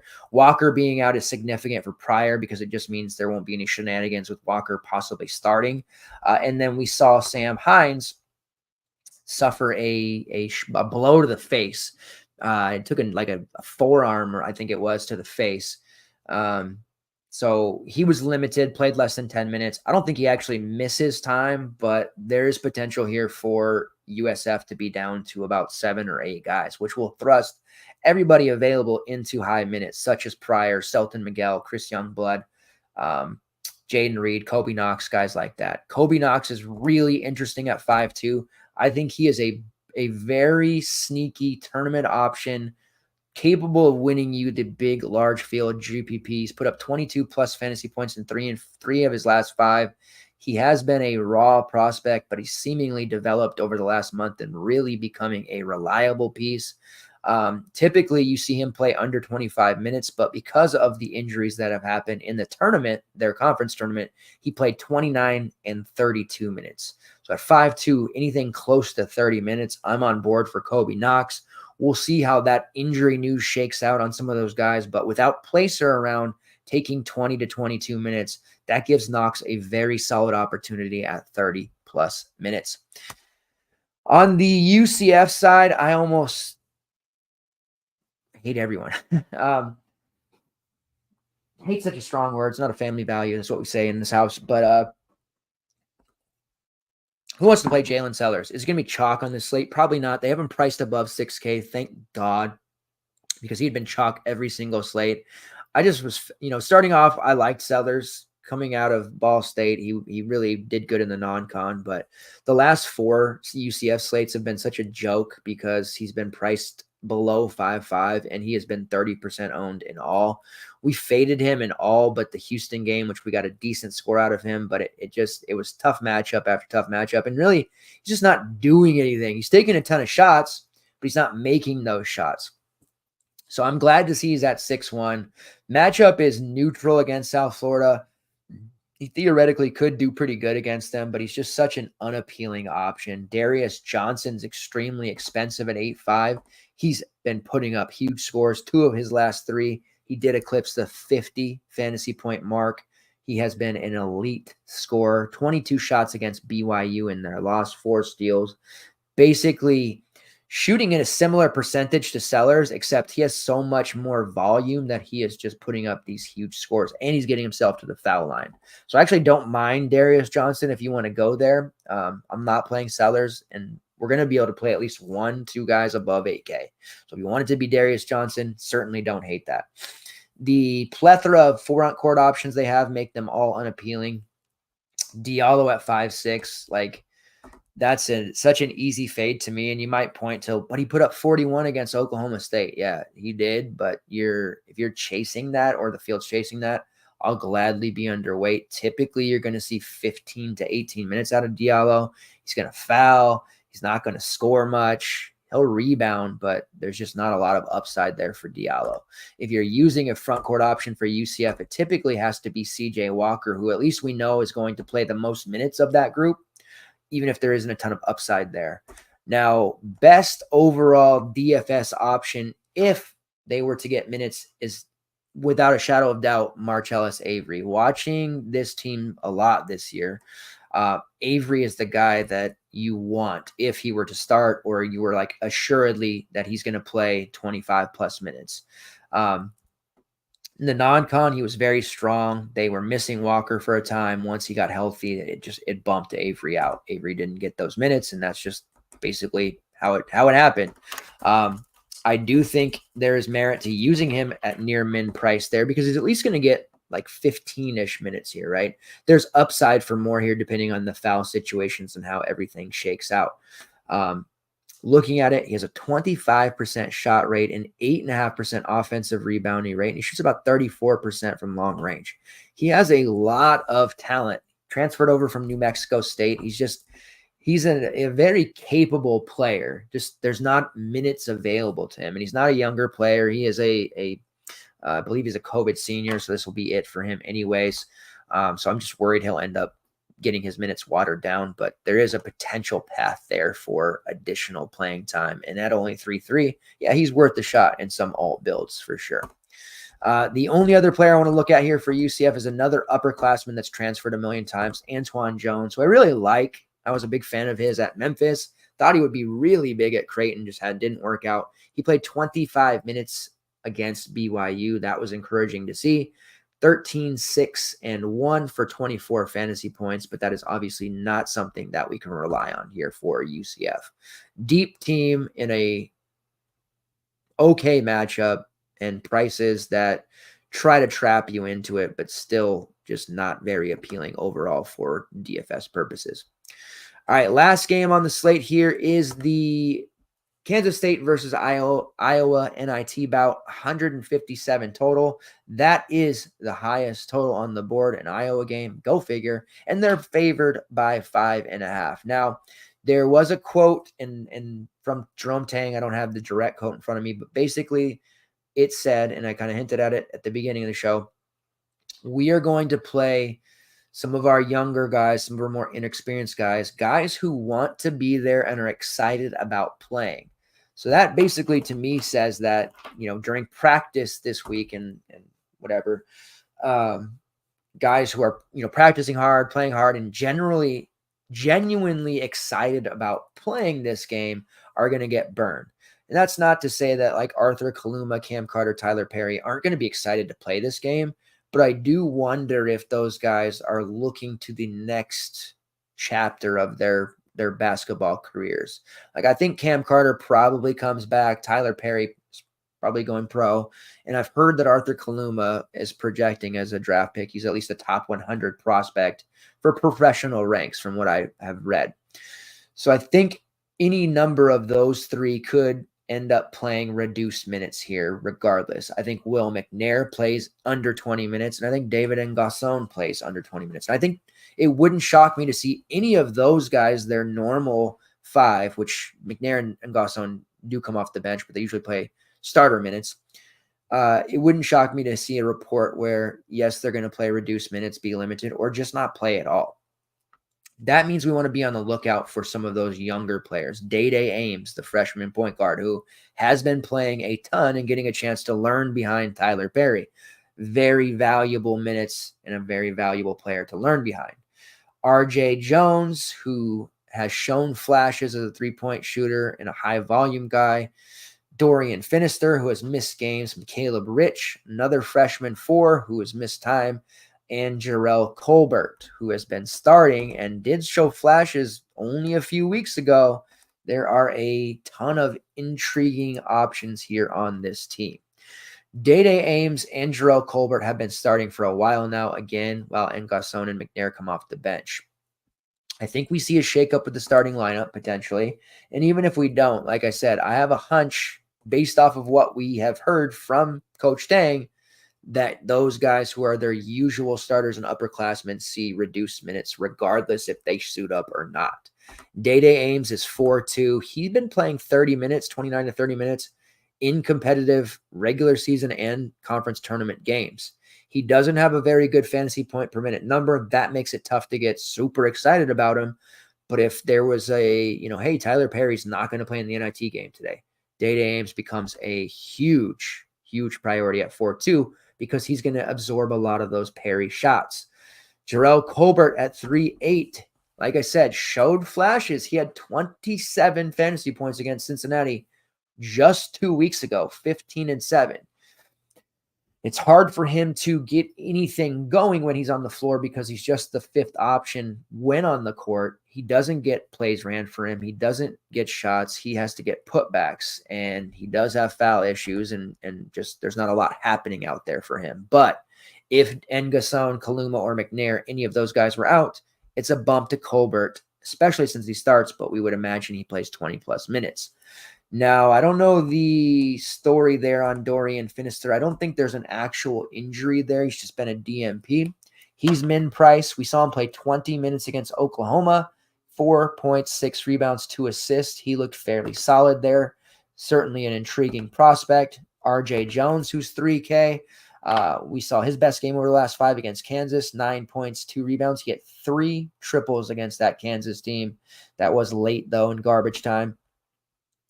And then we're talking about Caleb Rich, min price, and maybe even Taj Manning, who's also min price. All younger players, prospects, who haven't got the opportunity to play major minutes for this team, but may get that chance here against Iowa. I don't expect them to beat Iowa on the road, and I think it just makes a lot of sense where if they get down early, they turn to those younger players there quickly. No sense in getting Perry and Kaluma and any of those guys injured which would be a horrible thing to happen, especially with them, probably entering the draft or at least doing pre-draft workouts, right?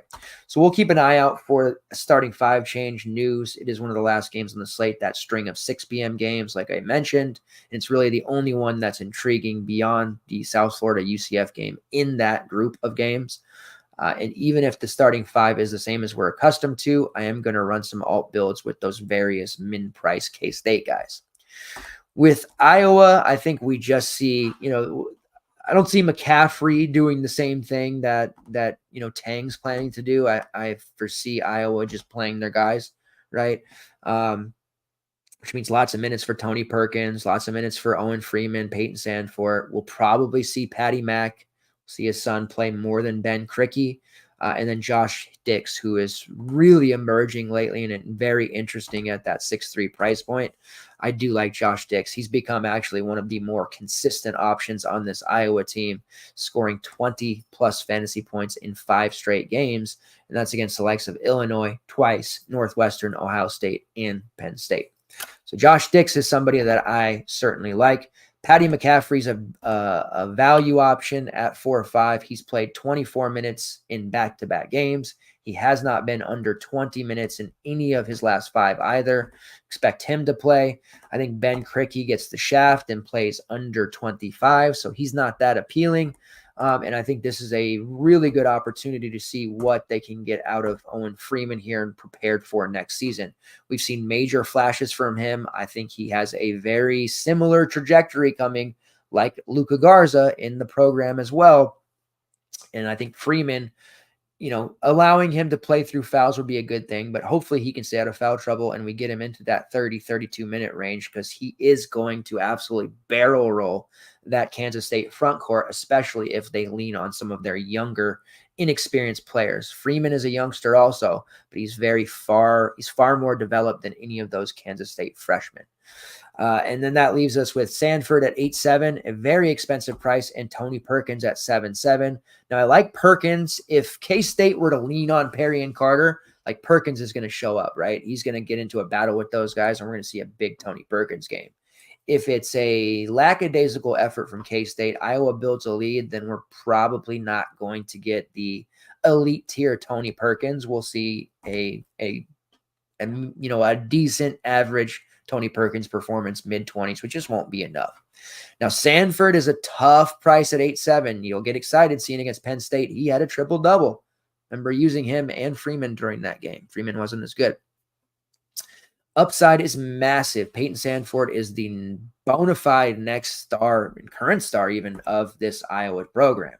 He has another season on the line. I don't believe he's going to jump to the pros, so we're going to see him be a big-time stud once again next season. And with Freeman going into the Garza role, I'm being very lazy comparing to past Iowa guys, but that Garza role seems tailor-made for Freeman to take. And then Joe Wieskamp, who was an elite 3-point shooter to me, and they were, the Batman and Robin duo of Iowa basketball for a couple of years. To me, it looks like Peyton Sandfort, who's shooting about 38% from long range, 232 attempts. He becomes that Wieskamp next year. Freeman becomes that Garza, and Iowa probably gets back to the tournament next season on the back of those two. And you have a very young and already matured, developed, and consistent Josh Dix there as well, possibly taking over some of that Tony Perkins usage and role when he moves on from the program. So I like Iowa to win this game, and I certainly like Iowa exposure. I don't hate the idea of paying up for Sandfort. I think it's a pretty egregious price overall. I think he puts up 35 to 38, but you're just paying such a steep price for that. But again, we'll have the salary and flexibility to do so if we want. But the favorite play for me from this game is actually Josh Hicks, believe it or not. All right, moving on here. The core that I am planning to run at this moment. Let's sort the sheet real quick, and then we'll get into brackets. Kind of time we're at here. 90 minutes. All right, well, so much for being fast. All right, so core. It's March Madness. We don't sleep anyways. Who cares? Javier Esquera at 3.9 for Wagner. Like, that's just the value piece we're going to start with. We have We have Garwy Duell at 3.3. We have Corey Floyd at 3.8. Like, they're both cheap. They project well, but we can't trust them. With Esquera, I know he's going to get the minutes. I know he's going to produce at least 4x. I can't say the same for Duell. He could play 35 minutes and put up a 2. So Javier Esquera will be popular, but that is core play number 1. Pretty obvious, pretty easy, no-brainer. Core play number 2 might surprise you, but Kashawn Pryor at 8K. The total deal, the way he plays, he's just a major matchup problem for UCF's bigs. They do not have the versatility or the athleticism to contain Pryor. So we're going to pay that 8K for him, and we're not going to bat an eye about it. And then core play number 3, I thought about this one long and hard because there's all the Howard guys that I like. Jason Edwards of North Texas, who I'm going to be high on. But I've landed on this individual who I also am going to dub as the posh play of the day. Playing /NIT slate, we're officially into tournament basketball. I'm going to have a posh play of the day every single day for every slate from here until the end of the season and into one shining moment in April. So rest assured, and we'll keep track of it as well for record purposes. But that's going to be the 7.3K price from your Howard University, Bryce Harris, who at 39 minutes, and a lot of that's going to depend on, what's the availability of Shai Odom? What's the availability of Dom Campbell? Are these guys all still out? But at this moment, no Shai Odom. If that's the case, Bryce Harris is the posh play of the day because I think people aren't going to pay the 7.3 price. They'll be unwilling to do so. But he's just in a phenomenal spot here against Wagner. So core play number 3 and posh play of the day, Bryce Harris. Yes, let's do it. All right, let's get into screen sharing time here. So bear with me. We're going to pull up some PrizePicks, and we're going to show off some of our new graphics that Quan made us. Shout out to Quan for everything he does. We're going to do that. Boom. Then we're going to do this.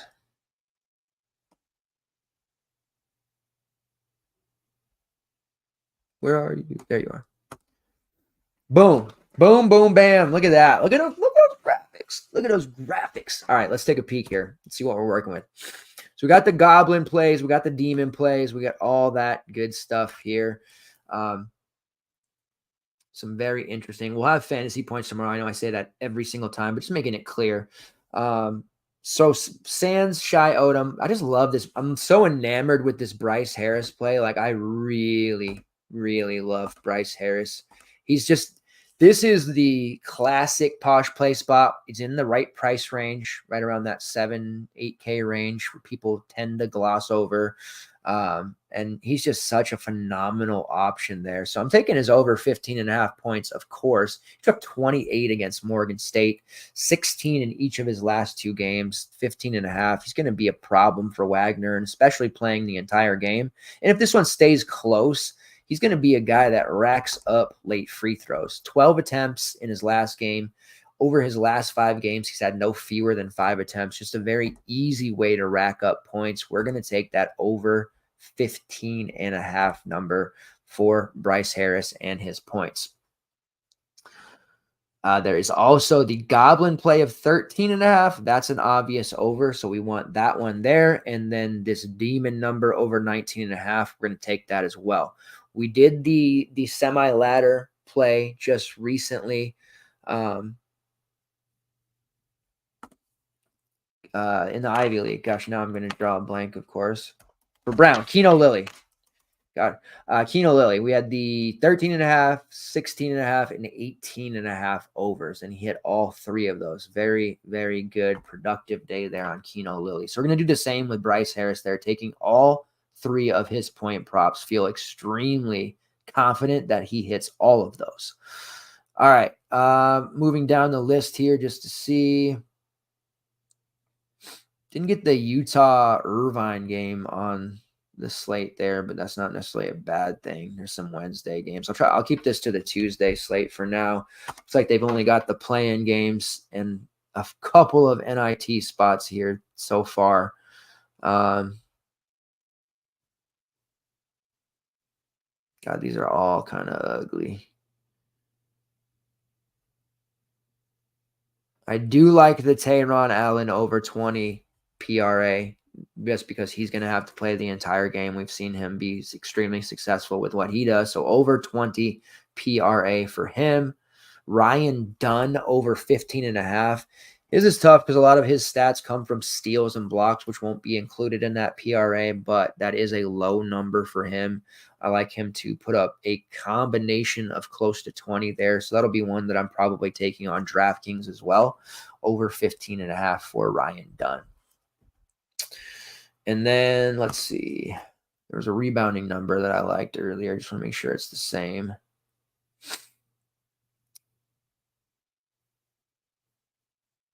So Seth Towns rebounding goblin number is 6.5. That's an easily over. I know you don't get as big a payout on those ones, but when they hand you a seemingly what should be considered a gift, you just got to take it. So over 6.5 rebounds there for Seth Towns. All right, let's get rid of this screen. Let's get rid of this, and then let's pull up brackets here.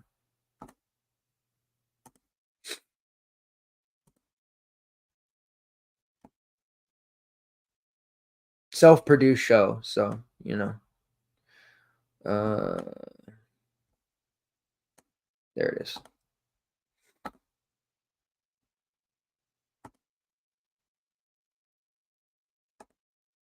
All right. We're good. We're fancy. We're fancy over here. All right, let's do it. Let's do brackets.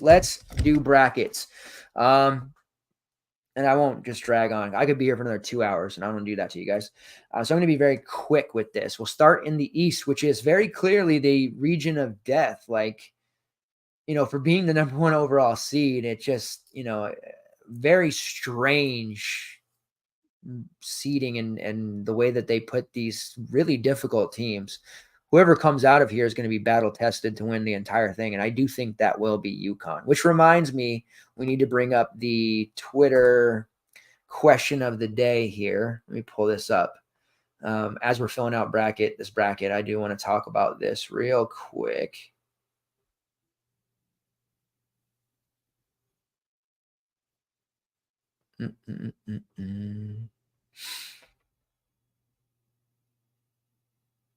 All right, here we go. So I had sent out this morning, what is the most egregious mistake the committee had made with the bracket? And I had said there's 3 that stuck out, but I didn't want to sway anyone, so I didn't say them. But I did get a pretty good amount of responses here. So I'm going to read those off and we'll talk about those. Alex said, sending 2 MWC teams to Dayton, FAU seedings, and then he said the Washington Huskies snub, which, of course, that's the most egregious, of course. But I would agree. Florida Atlantic seeding of an 8, like many of us felt like they were a borderline tournament team, but they're telling us that they were safely in the tournament as an 8 seed. And I know a lot of people said, well, they're getting, you know, the last year's tournament run.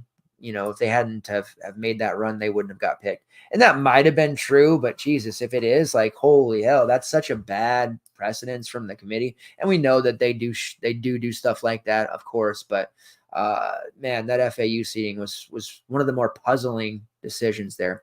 Obviously, Mountain West, I know a lot of people felt like they got shafted with the way that they were seeded, especially with 2 of them in the play-in games. We'll see how that works out. I do think Mountain West makes some noise here in the tournament, but I think majority of their teams get bounced early. Like, we could see San Diego State make a run. I think Nevada's done. I don't think they win. I think Colorado State has an opportunity to be one of those play-in teams that makes a Sweet 16 run. But yeah, it definitely seemed like they shafted. The main team from the Mountain West was New Mexico, saying the words that if they didn't win the conference tournament, they wouldn't have been in. They were a bid stealer. It was a bit puzzling because some of their metrics and net was better than teams that got in on the 8 and 9 seeds. So I don't know. Jonah J. Shiffy DFS, shout out to him. Virginia's inclusion, FAU getting an 8, so another FAU, and Nevada as a 10. And he says can lump in the rest of Mountain West getting shafted. So next person in line is talking about FAU as an 8 and the Mountain West getting shafted. Now, Virginia's inclusion, one of the 3. I had mentioned there's 3 that stick out to me. Virginia's inclusion as an any seed, let alone a 10 seed, is very puzzling. I don't believe they should have gotten in over Seton Hall. Now, the committee's first 4 out or whatever, they had said, and they listed it as Seton Hall, Oklahoma, who I didn't think Oklahoma really should have been in, honestly, Indiana State, and Pittsburgh, which even that was like, what? Pittsburgh? Most bracketologists had Pittsburgh as like the next 4 out at best, but a lot of them didn't. I mean, they weren't even close. St. John's was considered, one of the first 4 out, and they weren't even in that. So they were way further out than we thought. In Virginia's inclusion over Seton Hall, I think, is the biggest error. And I know the committee chairs running around saying we had 5 bid stealers. We only had a total of 3 over the last 2 years. Like, okay, that happens. We knew this year was going to be the year of parity. We knew it was going to be nuts, but that doesn't mean that you get a free pass to just do dumbass things like put Virginia in the tournament or seed FAU as 8th, or I don't know, give say the words that New Mexico is a bid stealer when they probably beat Virginia right now on a neutral floor by 10 plus. Can you imagine Virginia trying to deal with New Mexico's guards or JT Toppin? Didn't make sense. Kevin posted for a long time, friend of mine, Gonzaga, seed as 5, FAU, and entire Mountain West. So again, FAU and Mountain West seems to be a common theme there. He didn't elaborate there. I'm guessing he thought Gonzaga was too high. I couldn't imagine him thinking that they should have gotten a higher seed.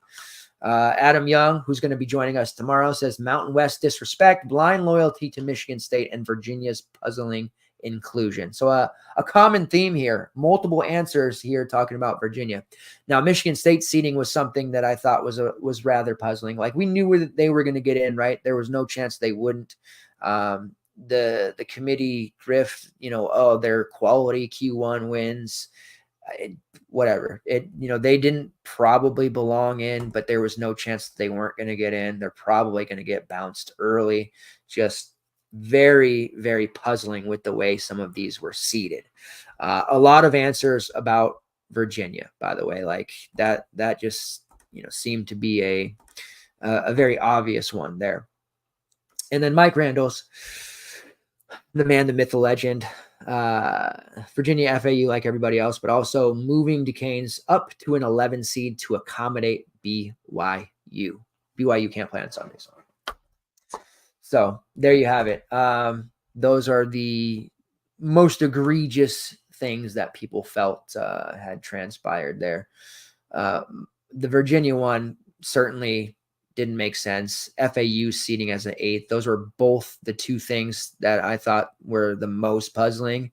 And then the third thing that stuck out to me was the comments about New Mexico being a bid stealer. Just I couldn't fathom how that made sense whatsoever. Also, Iowa State being the worst 2 seed. We had a big discussion in the Discord about that. A lot of stuff that was being brought up was the fact that, they're so horrible on the road. They're such a different team. Their non-con schedule was so weak. Like, okay, those are valid. Like, that's true. Those are factual statements. But why is that being weighed so heavily for Iowa State when it wasn't weighed at all for other teams, right? Iowa State had, 2 more Q1, Q2 wins than North Carolina, 3 less losses in that range. And I believe they're, the only thing that was worse was their non-con schedule. And that was the difference between a 1 seed and the worst 2 seed. Like, that didn't make any sense. It feels like the comment of, we were up till 2 and 3 a.m. doing this, to me meant they went through and they made the bracket. They then noticed, we probably screwed this, and this up. But the committee chair's like, I'm tired, we're done. Nobody will really notice, right? No, not at all. And then they turned it in that way. Because fixing those errors probably required fixing a lot of other stuff that wasn't broken necessarily, and they just weren't going to do it. So you can complain about every tournament selection process, and we do. But this year there were a lot, and we have all these metrics. I just want I want some transparency on the net, and I want to know exactly how things are weighed. If you're going to tell me that non-con schedule is weighed heavily, then it better be that way for everyone. And they tell everyone that's in the low to mid major level, hey, you're not included because you didn't play anybody. We want you to go out there and play the hardest non-con schedule you can, because your conference schedule is just not strong enough. Meanwhile, the Big 12, and even if they game the system, I know the whole thing about that. Don't hate the player, hate the game, I guess. They had enough quality wins and opportunities being in the Big 12. So they had those games there. Their non-con being weak really shouldn't matter. I don't know. Iowa State got shafted. Really, UConn got shafted. Anyways, let's get to the brackets. Let's fill this out here. All right. So starting off with the East, the region of death, UConn versus Stetson. Will a 16 seed beat a 1 this year? It seems very unlikely. Shout out to Stetson making their first tournament. But, UConn, I was very adamant, even after, like literally a week or two after the tournament ended and we started doing instant preview shows, transfer portal, all that stuff. I had said, UConn's got a championship window open for the next 3 to 5 years. They have not only returning talent, despite losing a lot of last year's team, but they have a freshman class coming in that's amazing. And as the defending champs, you're going to have a plethora of recruits that want to play for you. You're going to be able to hit the portal and get guys that you want, a la Cam Spencer. So this UConn team they're just the real deal, total package. They're going to beat Stetson, obviously. FAU versus Northwestern. This is a true coin flip. Say what you will about FAU. They have basically the same team, but they didn't defend it the same way. They just didn't look that great to me. Northwestern, a full strength Northwestern, I would be very inclined to pick them over FAU. Unfortunately, Northwestern shorthanded, Boo Buie is probably going to put on an incredible performance here. But I just don't think Northwestern has enough outside of him to get the job done here against FAU, an experienced FAU team. Say what you will about them. So we're going to take FAU to win that one. San Diego State versus UAB. Now, I love UAB. Yaxel Lendenberg, Eric Gaines. This is a fun team. And again, they got super hot at the right time, knocking off teams, that they ordinarily may have struggled against.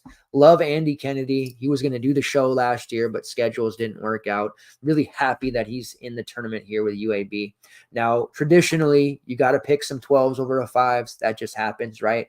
But I don't think this will be the spot. I think that San Diego State defensively, they're just going to be way too stout for UAB. Jadon Lede, the primary difference from last year's SDSU team to this year's is that Jadon Lede becoming this mega star that he is, he's just going to be a total matchup problem for UAB. It'll be close, I think, but at the end of the day, I think the Aztecs win this one. Auburn versus Yale. Their whole, the Iowa State, they can't win on the road thing applies even more to Auburn, or what people say Auburn can't win away from home or on the neutral court. Yale getting the Ivy League bid. I love Ivy League teams. Traditionally, Ivy League teams have performed well in this tournament, and they are definitely a loaded and talented squad. But with Janai Broom now playing in what is his third NCAA tournament, they have a plethora of guards, although they're young in that position. But end of the day, I think Auburn wins, and they win comfortably here against Yale. BYU versus Duquesne's. Duquesne's, the A10. What a absolute, S show that the A10 became in the tournament there. Congrats to them for getting the auto bid. They beat a listless VCU team. Keith Dambrot has announced or it sounds like he's going to retire here after the tournament here. If that's going to be a situation in which, maybe Duquesne's plays Enchanted and goes on a run here, I don't think so. I think BYU is way too talented of a group here. Duquesne's isn't going to have anything inside. They're going to have to rely on Day Grant and Jimmy Clark, and I think BYU has the defense there to slow them down. And I think BYU wins pretty comfortably, so we'll take them. Illinois versus Morehead State. Love Morehead State. How could you not? They have an absolute, fabulous roster. They really took care of business to end the year there. No more Janai Broom, but he's in there in Auburn. Be cool if they played each other, but it won't happen. Riley Minix, the NAIA superstar that he is. Fun team, but this matchup is just Not great for them. Terry Shannon, scary Terry. He's just too good right now. He's probably going to drop 30 real on them. Minix might also, but you got to pick Illinois to advance here. Now we have Drake versus Wazoo. I'm a Wazoo hater, admittedly. As a Washington Husky fan, I don't want to see the Cougars do well. They had a nice season, no doubt. Drake has Tucker DeVries. They have a solid overall team. They have an experienced roster, and Tucker is liable to throw down a Steph Curry-esque type of game. I do like them. It's not a major upset, but the 10 over the 7, and I know it's going to be popular. We are going to take Drake there over Wazoo. And then Iowa State versus the Jackrabbits. I don't care. I'm not buying into all this. Iowa State can't win away from home. The Jackrabbits have a nice roster. They are a competitive team, and they've been able to compete dating back to their last couple of seasons prior to Baylor Shireman heading over to Creighton. But Iowa State's defense is elite, and Tamin Lipsey is going to get hot at the right time. Please believe Iowa State wins this one, and they win it pretty comfortably. All a chalky first part there. UConn versus FAU. Now, I don't think FAU's all that good. I think Northwestern has a chance to beat them, and like I said, if they had the full roster, they would win. UConn has sneaky depth. They have elite guard play. They beat FAU here. And defensively, I think they swarm Janelle Davis. I think they swarm Elijah Martin. And I think Vlad Golden ultimately gets into foul trouble going up against Donovan Clingan. The Huskies of UConn are moving on. This sets up a potential rematch. Multiple rematches for UConn, right?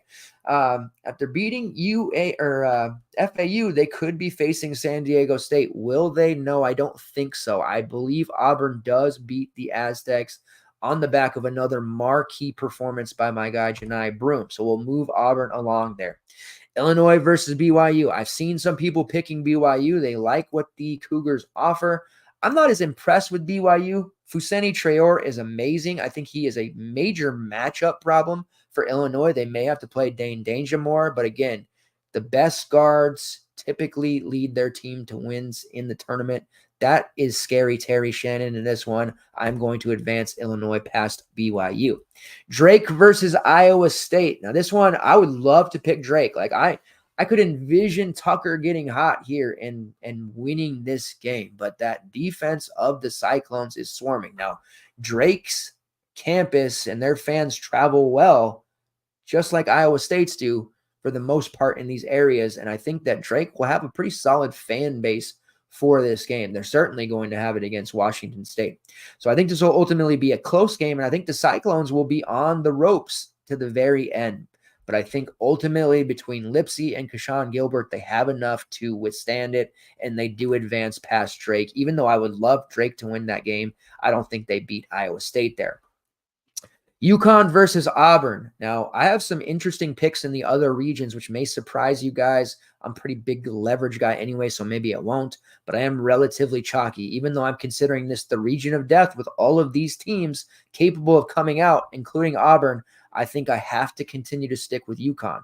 Was high on them after last tournament. I'm sticking with them here. They're the complete team. It's going to take an unfortunate injury or some major foul trouble or an uncharacteristically bad shooting night from Cam Spencer and company for them to drop this game against Auburn. Ultimately, UConn advances past Auburn in a thrilling game with possible overtime, but I think UConn is just way too sophisticated here and wins. They will swarm those younger guards of Auburn and get the job done. Illinois versus Iowa State, that is a circled matchup for me. Tamin Lipsey, Sean Gilbert versus Terry Shannon, Marcus Domask. Again, I think Terry is just going to be too much here. The Cyclones, again, defensively, they can hang, they can contain anyone in America. But if the Illini's elite offense is clicking on all cylinders and Shannon is getting to the bucket, they're hitting timely shots. Luke Good comes in and knocks down a couple of threes. I don't know that Iowa State has that offense to match them. You know, Momo, as we affectionately call him, he got hot there against Houston. I don't foresee him putting up a huge tournament. He may have his moments, but ultimately I think the Illini, they're just too good. They're going to beat this Iowa State team. They move on to face the defending champion UConn Huskies for a right to play in the Final Four. Now, Terry Shannon versus Tristan Newton, Cam Spencer versus Marcus Domask, Coleman Hawkins versus Donovan Clingan, Alex Caravan. This is a great, great game on paper, but I'm a believer in the Huskies. I think UConn continues. I think they are going to roll here. Not roll as in win by 20 plus points, but I don't know that this one ends up being as close as that Auburn game is for UConn. The way the Illini match up with UConn offensively, you'd think that they would, but I think UConn has enough on both sides of the ball to befuddle Illinois. And I think that in a basketball, which is a game of runs, I think UConn goes on a second half run that just bullies the Illini into submission. And I think what we ultimately see is like a 9 or 10 point win for the Huskies. I'm high on Illinois, yes, but this UConn team is the real deal. They march on to defend their crown. All right, going down to the West region. This is where I think we could get the most chaos. I think we could see brackets busted in the West quicker and earlier than any other region. North Carolina playing the winner of Howard versus Wagner. Now, I think Howard wins all the way. Love Howard. I'm excited to have Howard in the tournament. We're going to get them for 2 games. And I think some of those Howard guys they proved last year against Kansas, they can be optimal in these matchups against clearly superior teams. North Carolina is a veteran-laden team. They missed the tournament last year. Hubert Davis made the decision to skip the NIT. It was criticized at the time. I was critical of it at the time, but clearly the right decision as they were able to work through the portal. They didn't get Dalton Connect, who I said at the very beginning, go get Dalton Connect. This kid can play. He's the most Brady Manic-esque guy you can get for your run from a couple of years ago, and he ended up being 10 times the player Brady Manic is. They got Paxton Wojcik instead. That was a miss, but fortunately for them, RJ Davis is a freak. Armando Bacot's doing his thing. They went out and got Harrison Ingram. He's incredible. Cormac Ryan hits enough shots. North Carolina does win here. Howard, in the first half, this is going to be one of those games where Howard pushes them in the first half, and people are like, oh, what's going on? Howard's up by 3 at halftime, but ultimately North Carolina wins, and they win by 20 plus. All right, Mississippi State versus Michigan State. I don't know. This one is really hard to pick, like a true coin flip, just as 8-9 games typically tend to be. Michigan State has the guard play on paper. Tyson Walker, AJ Auger, Jaden Akins. Guard play superior. They don't have much of a front court. Xavier Booker wasn't unleashed this year. They started to use him more in the latter half of the season, but I don't know if it was enough for him to be prepared for this. And they'll have to face a talented group, Tolu Smith, who can be hit or miss, but we know how truly talented he is. He draws 7 fouls per 40. He's going to be setting that Michigan State front court down quickly. We're seeing a Cam Matthews who's a bit up and down, uneven performances, but he's great. And Josh Hubbard, who is really a phenomenal freshman guard, capable of scoring 40 points. I think I got to take Mississippi State here at the behest of my Final Four Sparty ticket that I grabbed, a few weeks after last year's tournament. Felt very smug about myself. Now I hate it. I don't think they get out of the first round here. I know Adam will be happy to hear that. St. Mary's versus Grand Canyon. I wanted this matchup flip-flopped. I wanted Grand Canyon to play Alabama. I really did. Coming into the tournament, I thought that's a great matchup on paper. Or McNeese versus Alabama. We still have a chance at Grand Canyon versus Alabama if both win their first round matchups. Now, St. Mary's, metrics-wise, they're elite. Numbers guys love St. Mary's. They are very stout under Coach Bennett. They don't make mistakes. They are just a very, very good, sound team. They're not super athletic by any means, but they have the fundamentals, if you will. With that being said, Grand Canyon under Bryce Drew is truly the real deal. And if you watched with me and live tweeted with me the Grand Canyon, WAC championship game there against UT Arlington, where it, got ugly at the end, but you saw just how good Tyon Grant Foster is. Has P5 experience, even though he didn't play a lot. They have an elite guard in Ray Harrison. They have a just, silly defender in Gabe McLaughlin, opportunistic defender, if you will. They have multiple pieces with P5 experience, Duke Brennan, Locke Wurr. This is a very good team. And I think that as good as St. Mary's is, they can go through bouts of scoring droughts and bouts and droughts.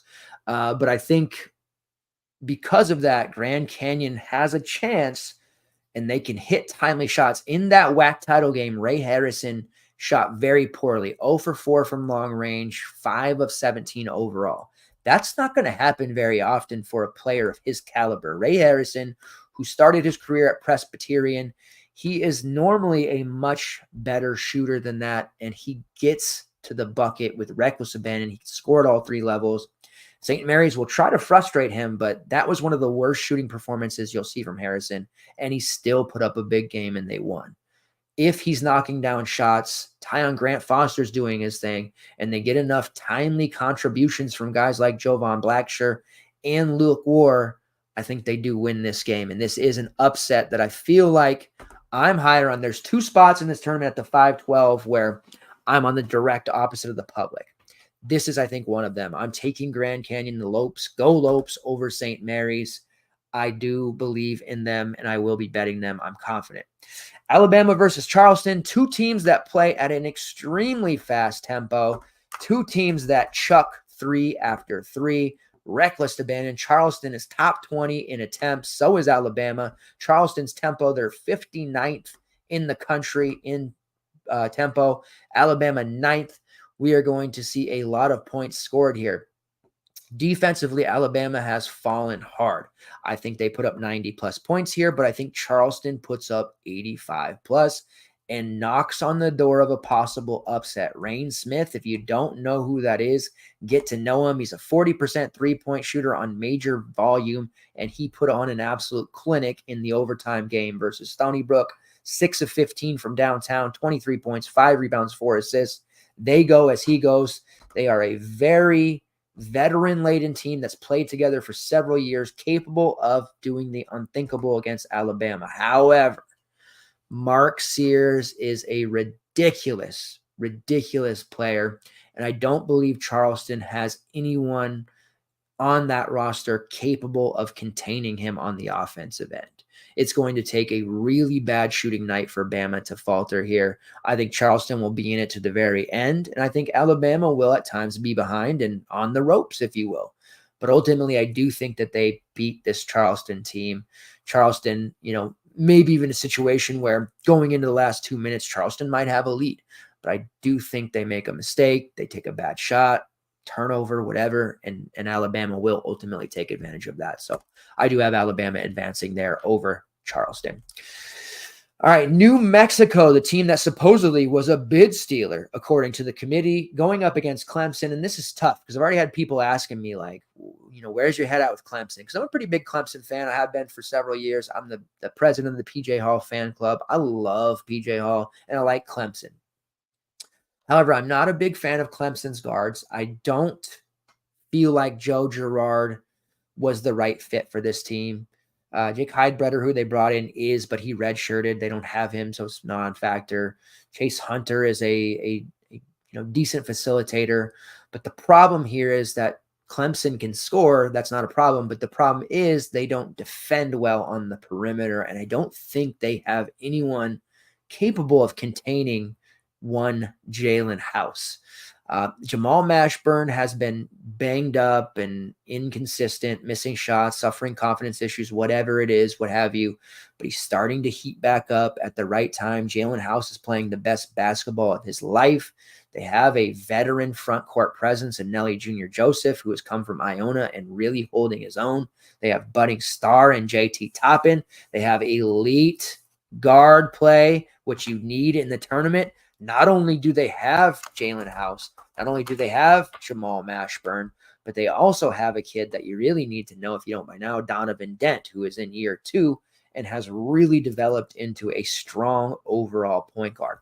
They have a plethora of guards at their disposal. Again, a budding star in JT Toppin and an heir apparent in True Washington, who has been able to sit on the bench, play spot minutes, and develop behind all of these elite upperclassmen. New Mexico is going to be a tough matchup for Clemson.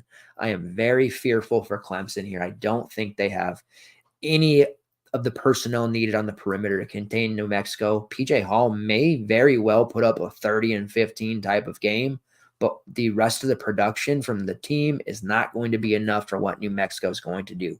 New Mexico's favored in this game, and it just shows you how egregious this seeding is.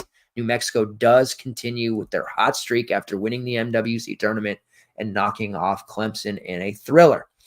Baylor versus Colgate. I love Colgate. Colgate is a staple in this tournament.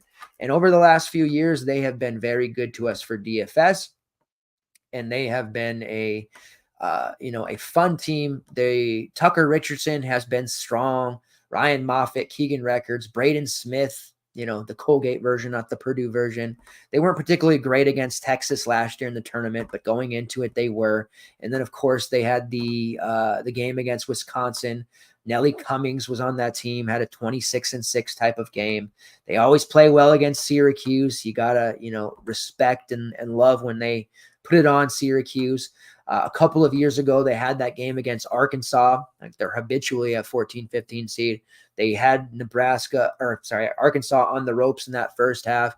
They obviously ended up fading there, but they had big performances from guys like Jordan Burns, Nellie Cummings, and a lot of the guys from that team are still on this roster as well, like Colgate a lot. But I am very high on this Baylor team. Coach Scott Drew, there's rumors of him taking jobs out of there with bigger budgets. I mean, he has everything in his disposal at Baylor. They recruit well. They have great guard play. They have the type of roster that they had when they brought it home and won the title a few years ago. They have a future pro in Yves Missy in the front court, a future pro on the wing in Jacoby Walter, and they have an upperclassman point guard in Ray J. Dennis. The only issue I see for Baylor here long-term is that Ray J. Dennis doesn't defend very well, but offensively he holds his own and he facilitates quite well. He is one of the better passers in the entire country, and he has a myriad of three-point shooters around him. If Baylor is clicking on all cylinders offensively, they're going to be tough to beat, and they will end up burying this Colgate team. Nevada versus Dayton. This is a tough one. I don't like this Nevada team very much. I think that they're good. They're okay. But as far as like the Mountain West teams that made it, I feel like they're probably the worst. I have no confidence in them. They don't have consistent front court play. They have guards. They defend a little bit, but overall, I think that they brick against Dayton here. Don't have an answer for Deron Holmes, who's just going to get any of the Nevada front court options into foul trouble. Guard play might lean towards Nevada a bit, but Dayton does have three-point shooting that can get hot. And overall, I think they're just too good for Nevada here, so we'll take them. Long Beach State, a fun story. Dan Monson, they started the whole Gonzaga thing. He was there with them when they made their tournament run before taking the Minnesota job. He's been at Long Beach State for quite a while. They do decide to fire him, but retain him for the conference tournament, and as long as they win, he can stay on. They do cruise their way through the Big West. Great story. They have a absolute amazing roster for DFS purposes. This is a Long Beach State team that I had talked about it the other night. They have players who can end up on the optimal for this slate. I don't want to get too into sidetracking about DFS, but the Traors, Marcus Deshonis, this is a fast-paced matchup. There's going to be a ton of points scored. The nice thing is that, yes, Arizona is going to win. We will advance them. They're going to score probably 100 points, but Long Beach State's going to score 80 plus, and there's going to be plenty of fantasy goodness on both sides, depending on Long Beach State. Price-wise, it's a little tight all over the place, but I think that we could get two guys from Long Beach State into our roster. I like the way that one's going to play out. We're going to take the over there in Long Beach versus Arizona, but ultimately the Wildcats do advance.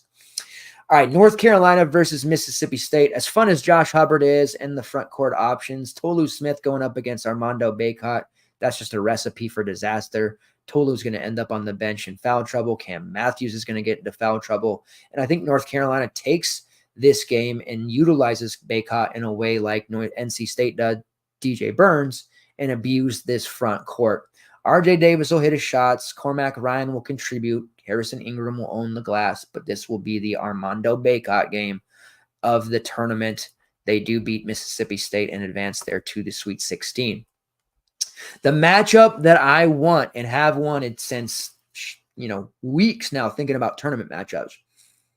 12-seeded Grand Canyon versus the 4-seed Alabama. Now, I may be too high on the Lopes. I might be.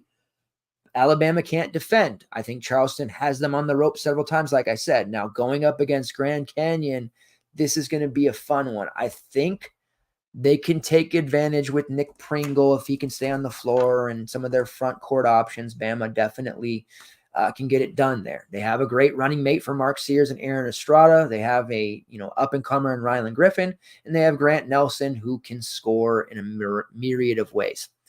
But I think ultimately this Grand Canyon team is just too good, and I think they pop Alabama in the mouth. I think they get them reeling early, and they continue to grind it out, and I think it plays out like the WAC final, where Grand Canyon, they seesaw a little bit, and then Grand Canyon builds a lead. We see fouls racking up on both sides, and ultimately on the back of, again, Ray Harrison, Tyon Grant Foster, some timely contributions from Locke Were, end up beating Alabama. I know people have Alabama going deep in this tournament. Not me. I think the Lopes make the Sweet 16. Bryce Drew will be offered some gigs here out of this Sweet 16 run. Grand Canyon's a great job. They have fantastic facilities. He can recruit. He can hit in the portal. I think Grand Canyon is a Sweet 16 entrant this year, beating Alabama. New Mexico versus Baylor. Now, New Mexico is a darling of many. I'm seeing many media pundits pick them to go far. Like them. Same reason I talked about it against Clemson. However, Baylor won't be stunned or shell-shocked by that guard play like Clemson will be.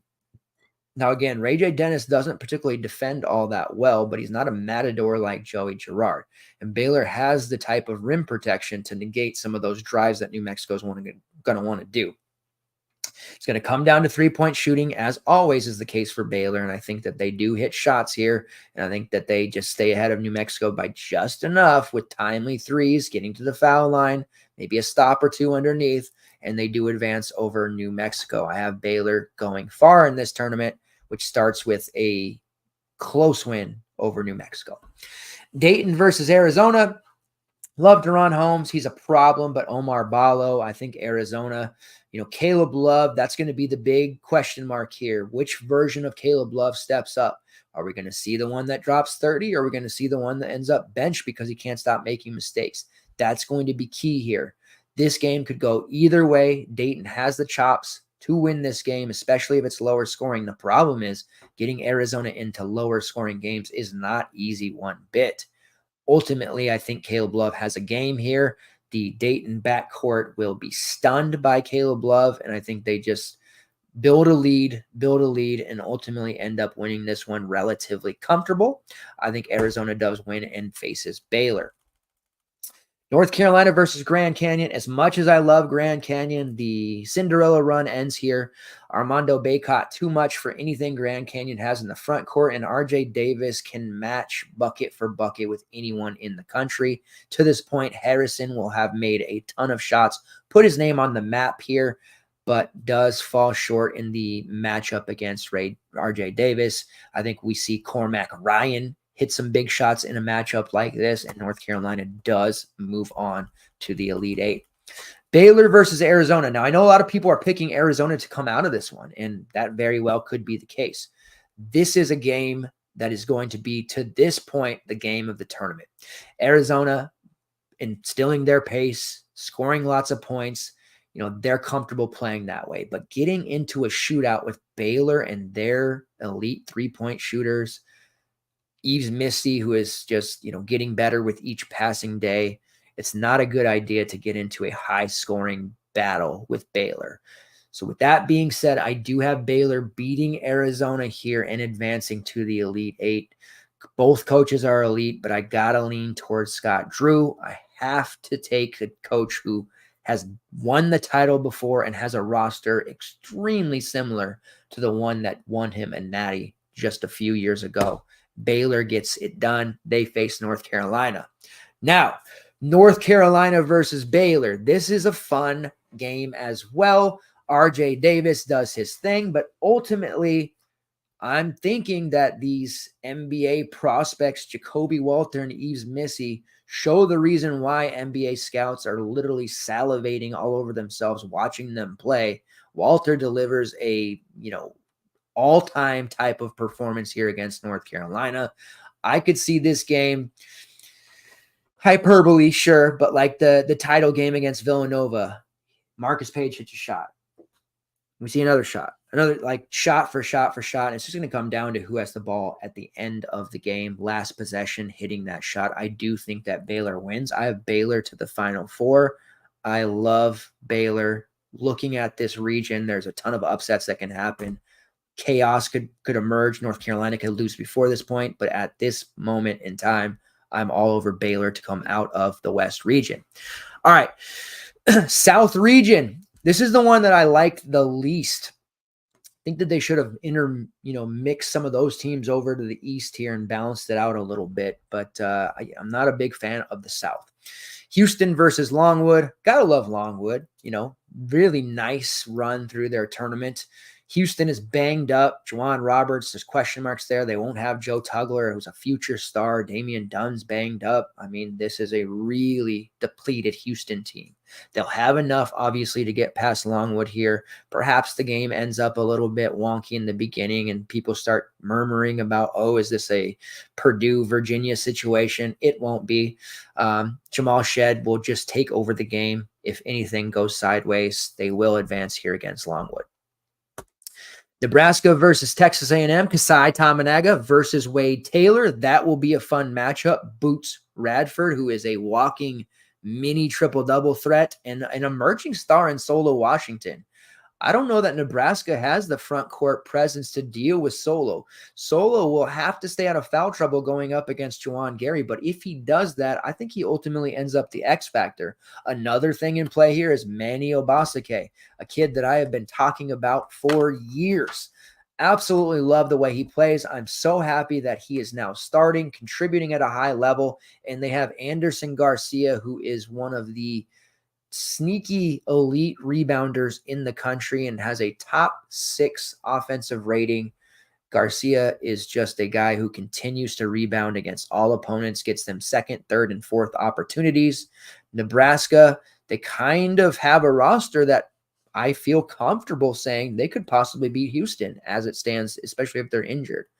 But I think they struggle here against Texas A&M, get a little bit of a shell shock with the various options. And I think Texas A&M just comes out and smacks them in the mouth early, and Nebraska makes it a close game, but ultimately doesn't have enough at the end to advance. We are going to move along. The Aggies led by Wade Taylor and Boots Radford. All right, Wisconsin versus JMU. I mentioned I went all the way over to the St. Mary's game and said I'm probably in the minority here because I know a lot of people are picking St. Mary's. Another 5-12 game that I think I'm on the opposite end of the public. James Madison is a darling. I know the story. They set off this crazy year of parity and chaos by beating Michigan State early in the season there in overtime. Then they followed it up with a double overtime win against Kent State. 13-game win streak, 31-3. They lost to Appy State in both matchups in the regular season. Then they end up avoiding them in the Sun Belt tournament, getting to beat Marshall, Texas State, and Arkansas State. A fairly easy path. They looked a little tight against Texas State, but they got the job done. They have several players with P5 experience. They could absolutely beat Wisconsin, sure. But I am really high on this Badgers team, and I know a lot of people are picking JMU to do the upset. This team led by now AJ Storr. He is a big-time factor and a big-time scorer. This is something that a couple of, the last few Badgers teams that have made the tournament haven't had a reliable killer of a scorer to lean on. You've got Tyler Wall, who do dirty work. You've got Stephen Crowell, capable of banging down low and stepping out at hitting threes. You've got a great leader in Chucky Hepburn, and you have a absolute YMCA killer in Max Klesmit, who can bomb from long range. I don't know why so many people are so confident that JMU is going to win this game. I certainly am not, and I feel like the Badgers are going to win this game, and I think that they win rather comfortably. Not a blowout. When I say comfortably, I mean, 3 or 4 possessions there in the last minute. JMU, to me, with that Texas State game, made me very nervous. I feel like they were almost playing not to lose instead of to win. Obviously, they should come into this one loose, but with a lot of pressure of America and the world picking you over a team, that might get into their head a little bit. And I think Wisconsin is just really hot right now. Despite losing in the Big Ten final, they have the chops, they have the talent. AJ Storr is going to become a household name in this tournament. Wisconsin advances. Duke versus Vermont. Vermont, they had that crazy overtime win against Syracuse like just decades ago. I saw the highlight come through my my timeline. The FU threes that were being shot by Vermont in overtime was truly amazing. We joke Duke, dropping games to 12, 13, 14 seeds is a tradition unlike any other. I like this Vermont team. I would love to sit here and tell you, yes, they beat Duke. They're going to do it with, mediocre 3-point shooting, getting hot at the right time, or perhaps they're going to, own the glass, force turnovers. They have the Tarleton State transfer, Shamir Boggs, who's great. But ultimately they don't have the level of talent that Duke does, obviously. And I don't foresee a path for them to win. I don't think Duke marches with a 20-point win or anything, but I just don't know that Vermont has enough to beat this Duke team. It'll take an uncharacteristically hot shooting night from Vermont, foul issues for Duke. Trust me, I want to pick Vermont over Duke. I do, but I just don't see them having an answer for Flip. Jeremy Roach as a veteran guard, Tyrese Proctor. This is just going to be a very hard matchup for Vermont. So I'm going to go ahead and take Duke there. Texas Tech versus the ACC champs, saving Kevin Keatts' job, the Wolfpack. Thank you, Michael O'Connell, kicking in a part of Kevin Keatts' contract that guarantees him a 2-year extension by winning the ACC tournament. What a great story. I think this one goes the way of Texas Tech. If Warren Washington is healthy, and that's probably a big if, and Darian Williams can overcome, his minor issues that are nagging, I think Texas Tech is ultimately, unfortunately, too good for NC State. I think that they're going to gas out. That was a great run. I mean, 5 amazing wins in 5 nights. That's just phenomenal. We saw a similar run by Oregon State a couple of years ago that got Wayne Tinkle paid. Tinkle is just bricking year after year now, but they pay him too much money. He can't be fired. Patrick Ewing of Georgetown did it some similar a couple of years ago.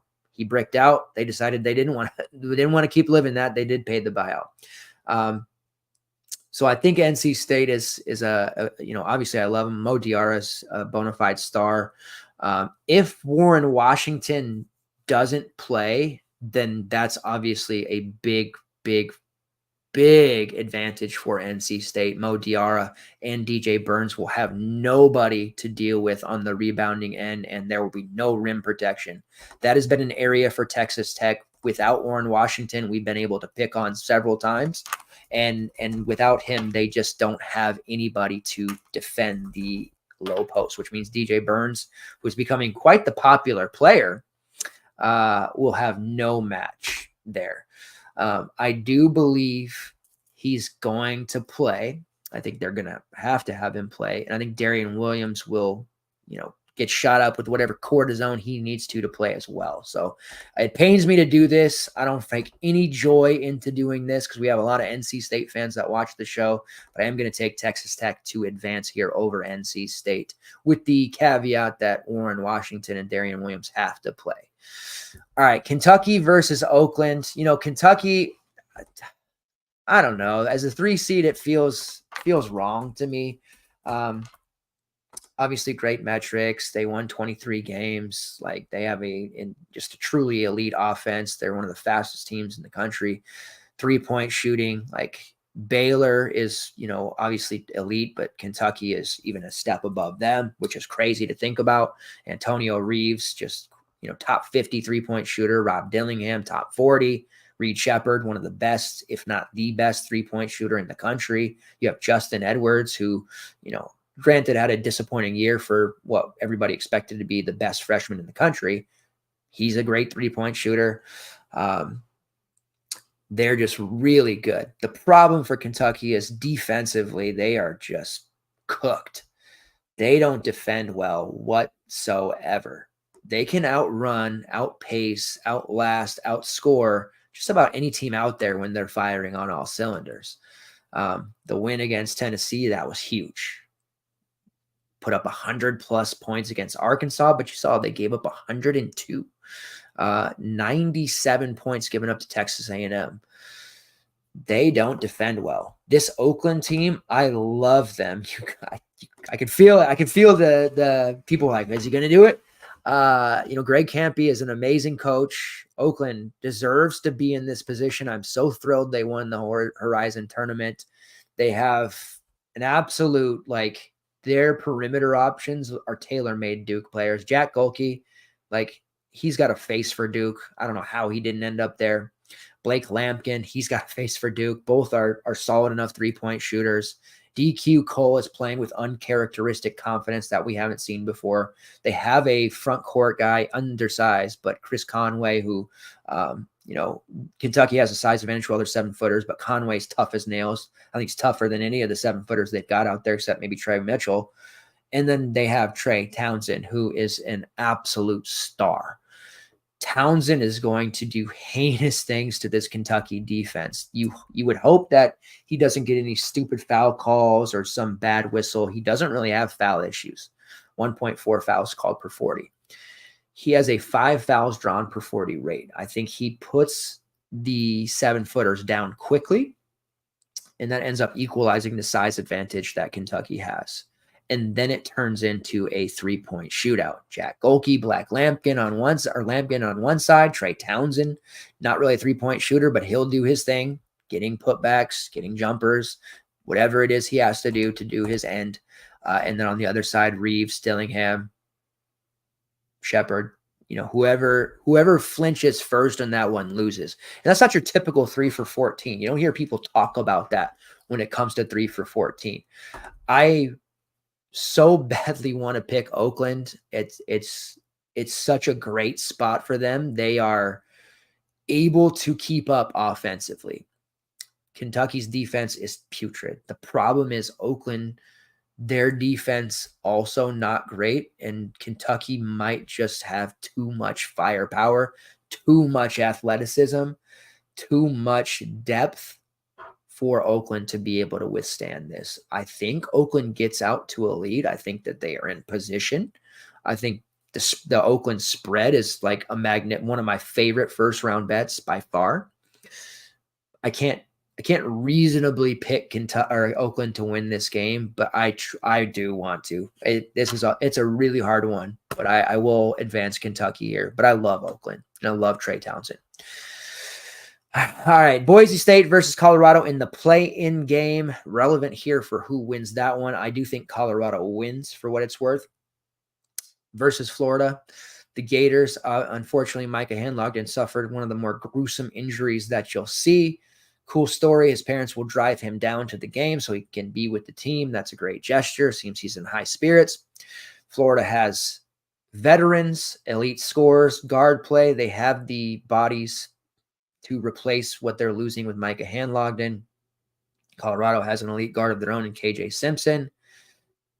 A front court player in Eddie Lampkin, a future NBA player in Cody Williams, who's getting healthy now. It's a really interesting matchup.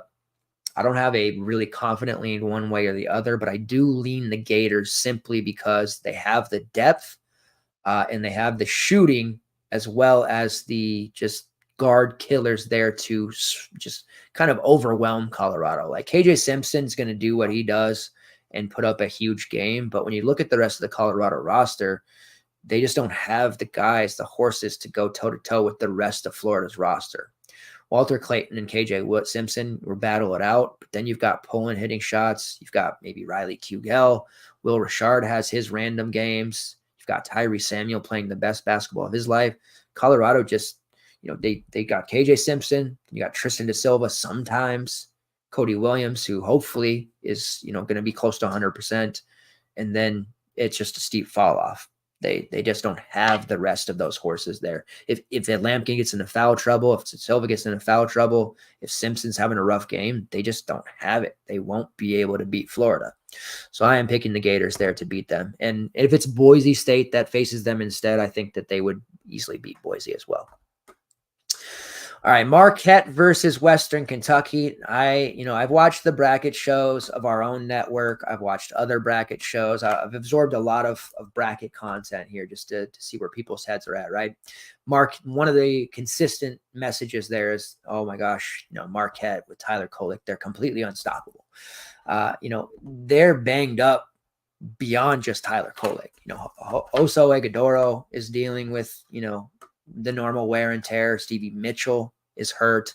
They're just not healthy. And coming into the tournament, such as Houston, Kansas, like it's just such a tough spot to come into and not be healthy, because Houston, Kansas, and Marquette, I think most people would say like, yeah, those are Final Four caliber teams when fully healthy.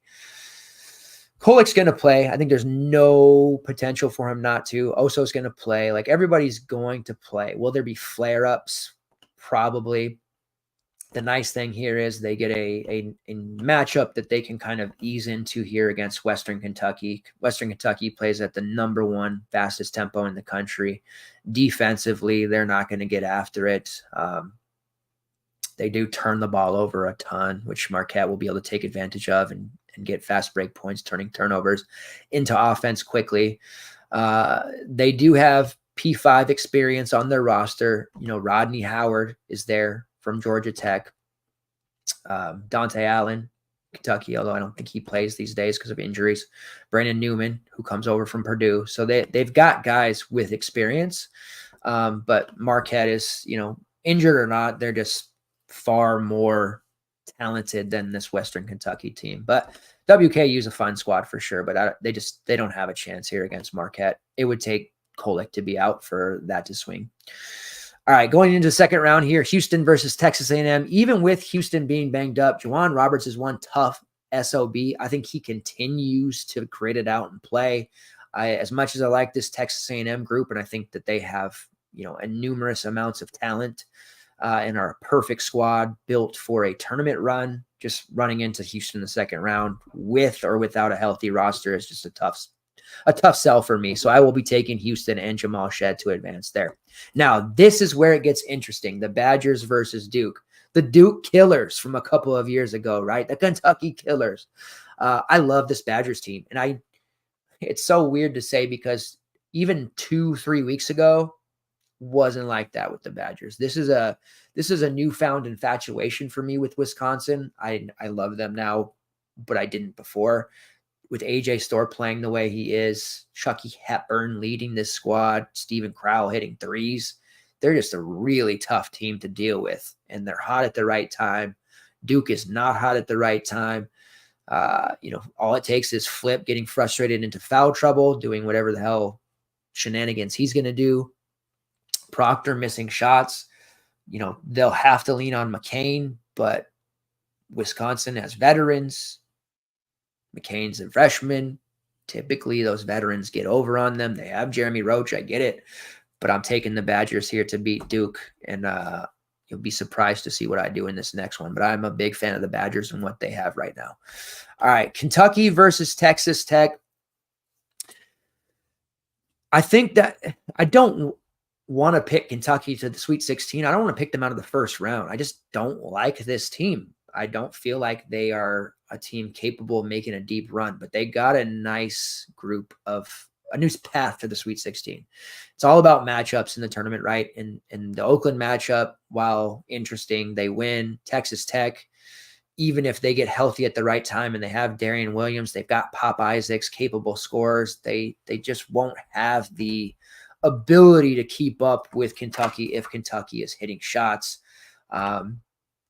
They do have a tremendous three-point shooter off the bench who's been starting with injuries, Chance McMillan and Darian Williams, who shoots about 47% from long range. Granted, it's not on high volume. Pop Isaacs and Joey Saint, who take higher volume, are both low 30% shooters. So if this gets into a three-point shootout like Kentucky will want, Texas Tech's just not going to be able to keep up. That's the main problem I see here. So I do have to push them along, even though I don't want to. It may be better for NC State to beat Texas Tech and face Kentucky, as I think they might be more equipped to face Kentucky. But as it stands right now, matchup-wise, Kentucky has to move on. a confusing one for me because I don't like Marquette either. I'm not big fans of Marquette and Kentucky. I'm polar opposite of Kutry and a couple of other guys, even on our own staff. But I have to look at matchups here, Florida versus Marquette. Now, Marquette being banged up, that is making them susceptible to a potential upset win for Florida here. The Gators are a senior-laden squad as well. They have scoring. They don't defend quite as well as Marquette, but they have the ability to eke out, survive, and advance in that mentality. 100% healthy Marquette wins this game. I question the fact that they won't be 100% healthy. And because of that, I think Florida has the chops to beat them. Plain and simple. I think Florida can and will win this game. So, that being said, we will advance Florida over Marquette there in the gas from the Kutry group. All right, Houston versus Wisconsin. Defensively, we know what Houston's about. However, if a team pops them in the mouth, gets hot offensively, creates offensive possessions off of turnovers, such as the way that Iowa State did in the Big 12 final, Houston is very susceptible to being upset. Wisconsin is capable of mirroring what Iowa State did to them. Offensively, they have AJ Storr who can replicate what Momo did when he was hitting all those ungodly threes. They have the perimeter harassers to create turnovers. And at that point in the tournament, I worry that, there won't be enough opportunities for Houston to give Roberts a break. Playing hurt, playing tired. Jamal Shed has a bad shooting night. Manny Sharp fouls, doesn't contribute. Where's the offense going to come from? That's the main problem. And that is why in the staff picks, I picked Wisconsin to go to the Final Four. Spoiler alert. Wisconsin beats Houston. The Badgers beat Houston to go on to the next round. Kentucky versus Florida. This is where I can justify Kentucky bowing out because they've faced Florida. Florida and Kentucky know each other well. This is where we get a situation where Todd Golden and the boys know how to beat Kentucky. They beat them on the road, 94-91 in overtime back on January 31st. They know what it takes to beat them. They lost 87-85 at home back on January 6th. 1-1 makes you feel good. And there's not one team 2-0 there because it's hard to beat a team 3 times. But Florida, this will be a close game, no doubt. Both teams are going to score a bajillion points. It's going to come down to timely scoring, as it always does. But Walter Clayton, Zion Pullen, Tyrese Samuel. Now you've got Will Richard playing well. You've got Alex Condon coming into more minutes. The semi-emergence of Denzel Aberdeen and Thomas Howell.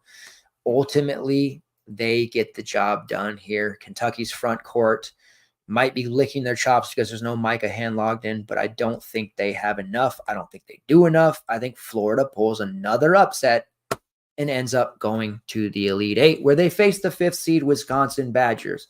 And since I already spoiled for you who I picked out of this region, the Badgers do continue their majestic and magical run by knocking off Florida to go to the Final Four, where they will face the Midwest region winner. Purdue versus the 16 seed here. Bad vibes, bad memories. Could they possibly lose to a 16 seed again? Do we recall the following year after Virginia lost to a 16 seed? They had a horrible first half. Everybody's saying, oh no, not again. They're going to lose the 16 seed. Virginia about shit themselves. Then they went on that magical run. They fixed it. They went to a deep run. I don't know. They won a title. Perhaps Purdue is set to have a similar run. They're not going to lose. If they were going to lose to a 16 seed, it's not going to be Grambling. We'll see how that play-in game shakes out, but Purdue's going to win here. Utah State versus TCU. This is another one I feel like I'm way on the other side from the public.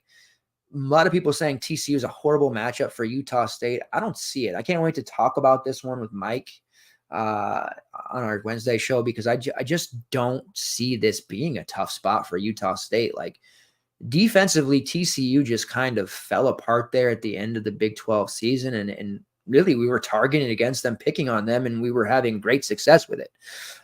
Utah State has great Osabor, who I highlighted in the 25 players to watch. They have a sneaky unknown guard in Darius Brown. They have Ian Martinez, who has P5 experience. They have Mason Falsev, who is looking like a future star in the Mountain West. To me, this Utah State team is better than TCU. Stylistically, maybe it is a bad matchup against TCU, but I don't think they have the chops to slow down great Osabor. I think Darius Brown hits shots. Like, to me, this Utah State team is better. And I might look way wrong at the end of that matchup when it's all said and done, but I am picking them over TCU. Gonzaga versus McNeese. Shahada Wells. Speaking of TCU, wouldn't it be fun if they played? Now, I wanted McNeese to get a shot at Alabama. It was either Grand Canyon or McNeese at Alabama. That was my dream matchup. I didn't get that, but we get them as a 12 seed with the American gangster Will Wade going up against a Gonzaga team with no depth. They do not have the best iteration of their roster by any means. It would be comical if this was the team that made the run for Gonzaga finally, but I don't see that happening with Hada.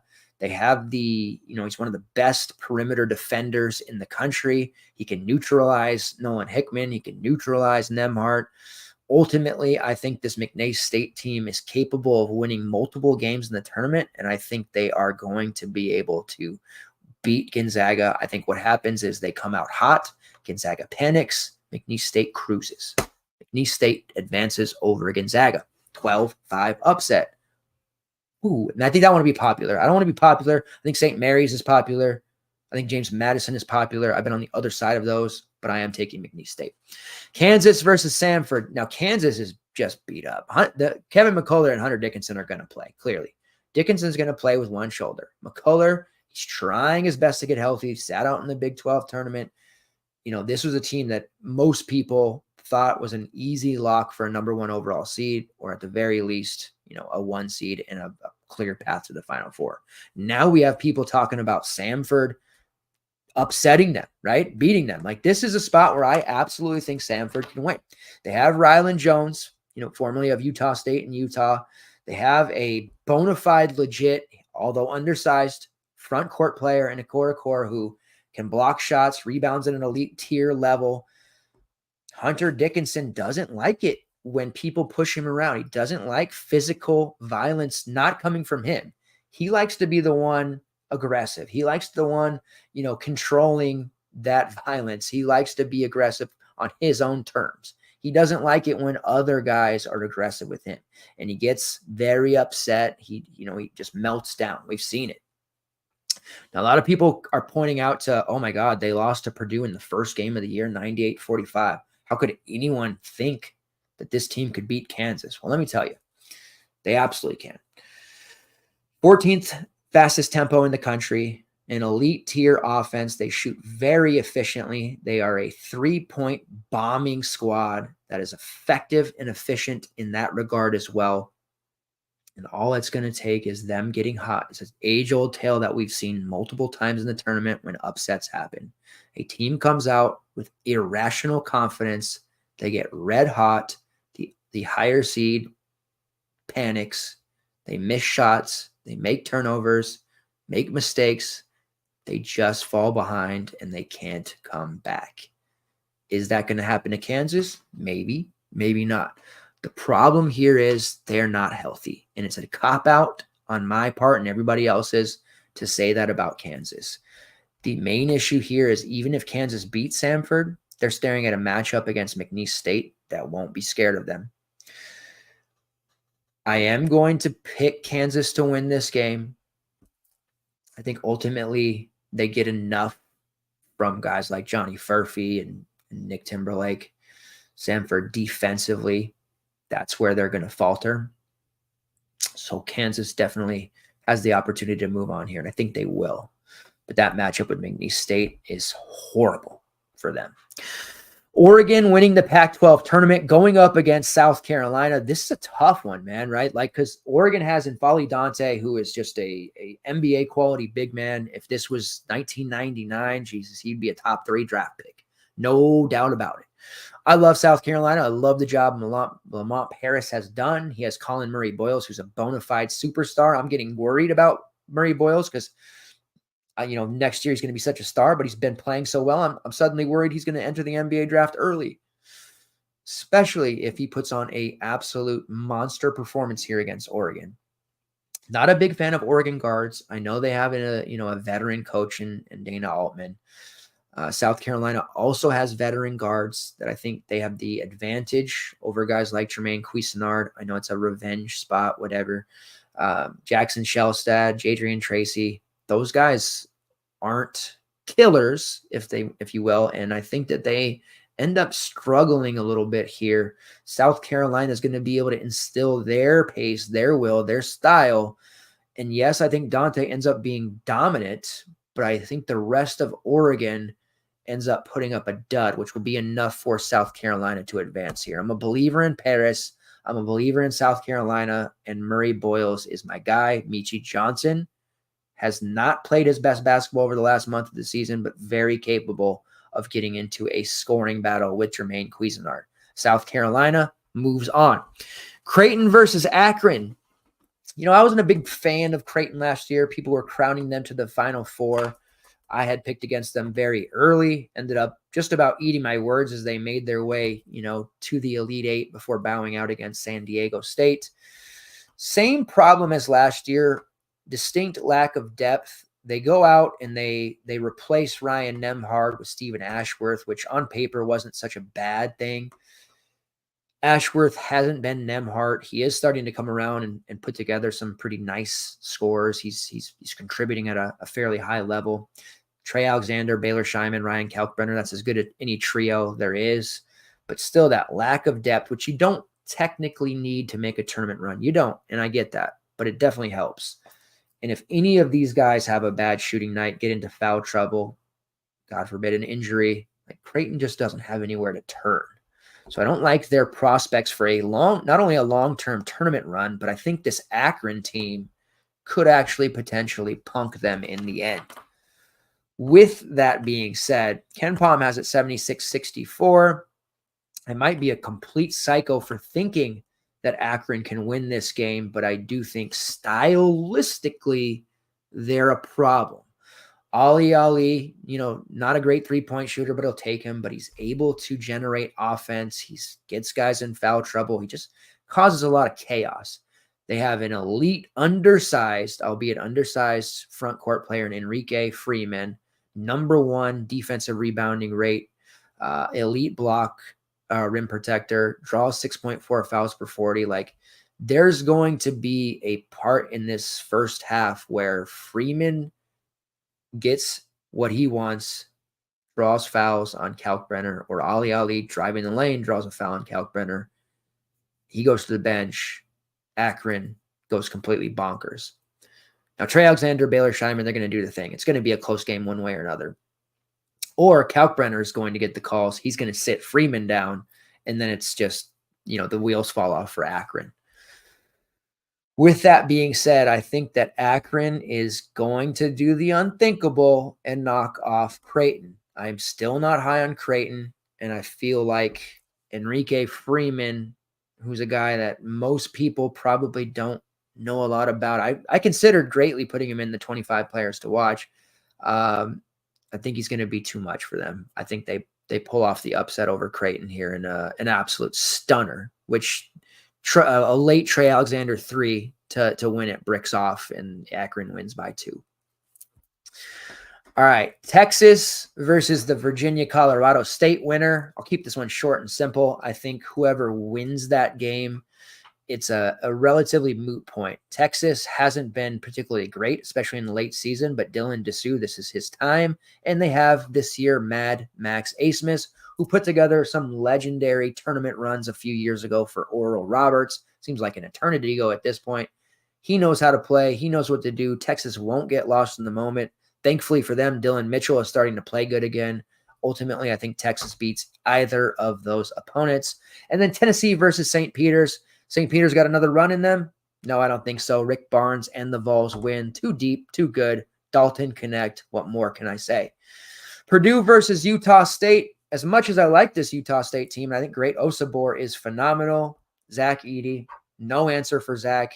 The guard play of Purdue, it's just so much better this year than last year, adding Lance Jones. Braden Smith is another year older. Fletcher Lawyer is another year older. Ultimately, I think they just are too much for Utah State. This is where it gets fun for me. McNeese versus Kansas. Will Wade and the American Gangster. Even if McNeese State pulls this off and knocks off the early season, majority of the world pick for the world champion Kansas Jayhawks, he says he's going to stay with McNeese for a few years, build it up, and then take the job that he wants. He will have schools throwing themselves at him if he pulls this off. Hotta-Wells, a healthy Hotta-Wells getting a chance to knock around Kansas. I think the first game takes so much out of Kansas, mentally and physically. They go into this McNeese State game and fall on their face. McNeese State advances. The Cowboys go to the Sweet 16 under Will Wade. South Carolina versus Akron. I think this one's played at a extremely boring pace. Physicality rules the day. Enrique Freeman and Ali, still riding the high of the Creighton win. Lamont Paris is so good at, slowing the game down and just absolutely choking the life out of teams. And I think that Akron, with the endorphins flowing, I think that they come into it against South Carolina feeling like they've done their job. Like, obviously they want to advance, but like they're on borrowed time at that point. I think that's what happens is that we get a low scoring affair in which South Carolina just ekes it out. Nothing pretty, nothing huge. They just do a survive and advance on Akron. All right. And that leads us to Tennessee versus Texas. Rick Barnes versus his former team, Narrative Street. We love it. The Vols. You'd think I was smart. You'd think I would stop picking the Vols. Every year I pick the Vols to the Final Four, it seems like, and every year they let me down. Falling on their face like they did in the SEC tournament might have been a blessing in disguise. Sometimes it's good to feel what those losses feel like right before the tournament. I think Dalton Connect puts on another show. This is going to be a fantastic game. Dalton Connect versus Max A. Smith. Jonas Idu versus Dylan Dessou. Worth every penny, price of admission. But ultimately, I think the Vols outlast Texas and survive. Purdue versus McNeese. McNeese flying high. They're confident. They feel like they can beat anyone in the country. But Zach Edey, that damn Zach Edey. Refs treat him like he's Michael Jordan. He gets every call. That continues in the tournament. McNeese starts to miss shots here. Purdue, Edey bucket after bucket. They're starting to go to their bench. Braden Smith has a huge game. Fletcher Lawyer hits a three, and then he has that annoying face that he does. Sadly, but not surprisingly, Purdue does beat McNeese, but it's a hell of a run by Will Wade and an extremely successful season for him and the Cowboys. We get another SEC battle, South Carolina versus Tennessee in the Elite Eight. South Carolina shocked Tennessee on their floor. Tennessee returned the favor. Tennessee is a team that I expect them to let me down. I expect Rick Barnes to let me down. Would it be here against South Carolina? It probably would be. It's a good chance that it does. I'm scared, but I don't think that ultimately the Vols lose here. I don't think they lose before the Elite Eight. I think they knock off South Carolina. They win the rubber match, and they coast into this 1-2 matchup versus Purdue. And this is where it gets fun. This is where finally we see Zach Edey get frustrated. He's not getting every call. Suddenly he's got 2 fouls in the first half. Jonas Idu's doing his thing. Jordan Gainey comes off the bench with irrational confidence hitting threes. Suddenly the Vols are up by double digits. What's going on? And then the meltdown happens. Rick Barnes' second half meltdown. Legendary. Suddenly Purdue storms back. We got a single-digit lead for Tennessee. We're late. We've got a missed free throw, an uncharacteristic missed free throw by Zakai Zeigler. Braden Smith hits a shot from the parking lot. We're under a minute. Tennessee's down 2. What do? Dalton Connect. Where else would the ball go but Dalton Connect? He knocks down a game-winning triple, sends Zach Edey wherever Kofi Coburn is. That's where Zach Edey's going. I don't know where Kofi Coburn is. I don't know where Mifiondo Kabengele is, but that's where Zach Edey is going. That's where Rick Barnes and the Vols send him. The Vols storm into the Final Four, where we finally get to write a Bell's Final Four appearance, and we get to be right. Everybody gets to be right about the Vols for once. All right, we have a Final Four of Wisconsin, Tennessee, Baylor, and UConn. I hope you guys are enjoying this, by the way. I'm really having a great time storytelling this for you. UConn versus Baylor is going to be a excellent game. Just probably the best of the tournament. Like, I'm super high on this Baylor team, but ultimately UConn is just too strong, too good, too many veterans. Been there before. Obviously, Coach Drew's been there before as well, but the exotic system, the complicated system that they run, and Hurley's embracing the villain role. Classic, hero, babyface, Scott Drew versus the villain, the heel, Hurley. But UConn does win this matchup and does go to the title game, where they will try to defend their championship. Now, Wisconsin in the Final Four, that's a lot of testicular fortitude. I feel like I'm going to be one of the few around that picks Wisconsin to the Final Four. On the back of AJ Storr, they got there. They run into a Tennessee team that is very complete, maybe one of the most complete teams in the country. If UConn wasn't in the tournament at this point, if UConn was upset and Tennessee was still around, they would then take the mantle of most complete team. Rick Barnes may try to, call a ill-advised timeout. He may try to bench Dalton Connect inexplicably, a la Isaiah Taylor several years ago, when somebody had Isaiah Taylor rostered on a DFS roster and needed 5 points from him in 2 minutes to win a lot of money, and he benched him. Couldn't have been me. He may try to make it interesting, or, there's going to be head-scratching decisions by Barnes for sure. But I do think the magic ends for Wisconsin there, and the Vols getting past the Final Four and into the title game, where after all the chaos and upsets of the tournament, we have a 1 versus 2 seeded title game. UConn Huskies versus the Vols, like it was meant to be. Two teams that, one in UConn I couldn't be any more confident in, and Tennessee, which I couldn't be any less confident in. Ultimately, I can't pick against UConn. I said at the very beginning of, the offseason, this championship window's open. The back-to-back completion will happen. Hasn't been since Florida, the, Joakim Noah teams. But UConn does go back-to-back, ultimately winning the championship over Tennessee. A relatively close game. No theatrics in this one. Just, a cut and dry 6-7 point UConn win. Tennessee misses shots at the end. They keep putting UConn on the foul line. They extend their lead. They win the title. They go into the following year ready to three-peat, where I do think they'll have the opportunity. But ultimately, the UConn Huskies are your 2024 champions. And that is where we are chalky and stand. But looking at that Final Four, leverage as you can expect. Very fun. Appreciate everybody who's hanging out. Shit, it's like 5 a.m. for some of you guys. Thank you very much. I know this was an extremely long show. Thank you very, very much. We'll be back tomorrow night covering the Wednesday NIT play-in game slate. We'll have Adam Young, our editor supreme and tilting machine, resident Michigan State and Zach Edey hater, for those of you wondering at home. He'll be joining us tomorrow to go over all the action. We'll be talking some of his brackets as well, and we will be cruising all week, getting back to it. Basketball all week, morning to night. Get some rest. Take care, everybody. Appreciate you all very, very much. I'll see you guys next time.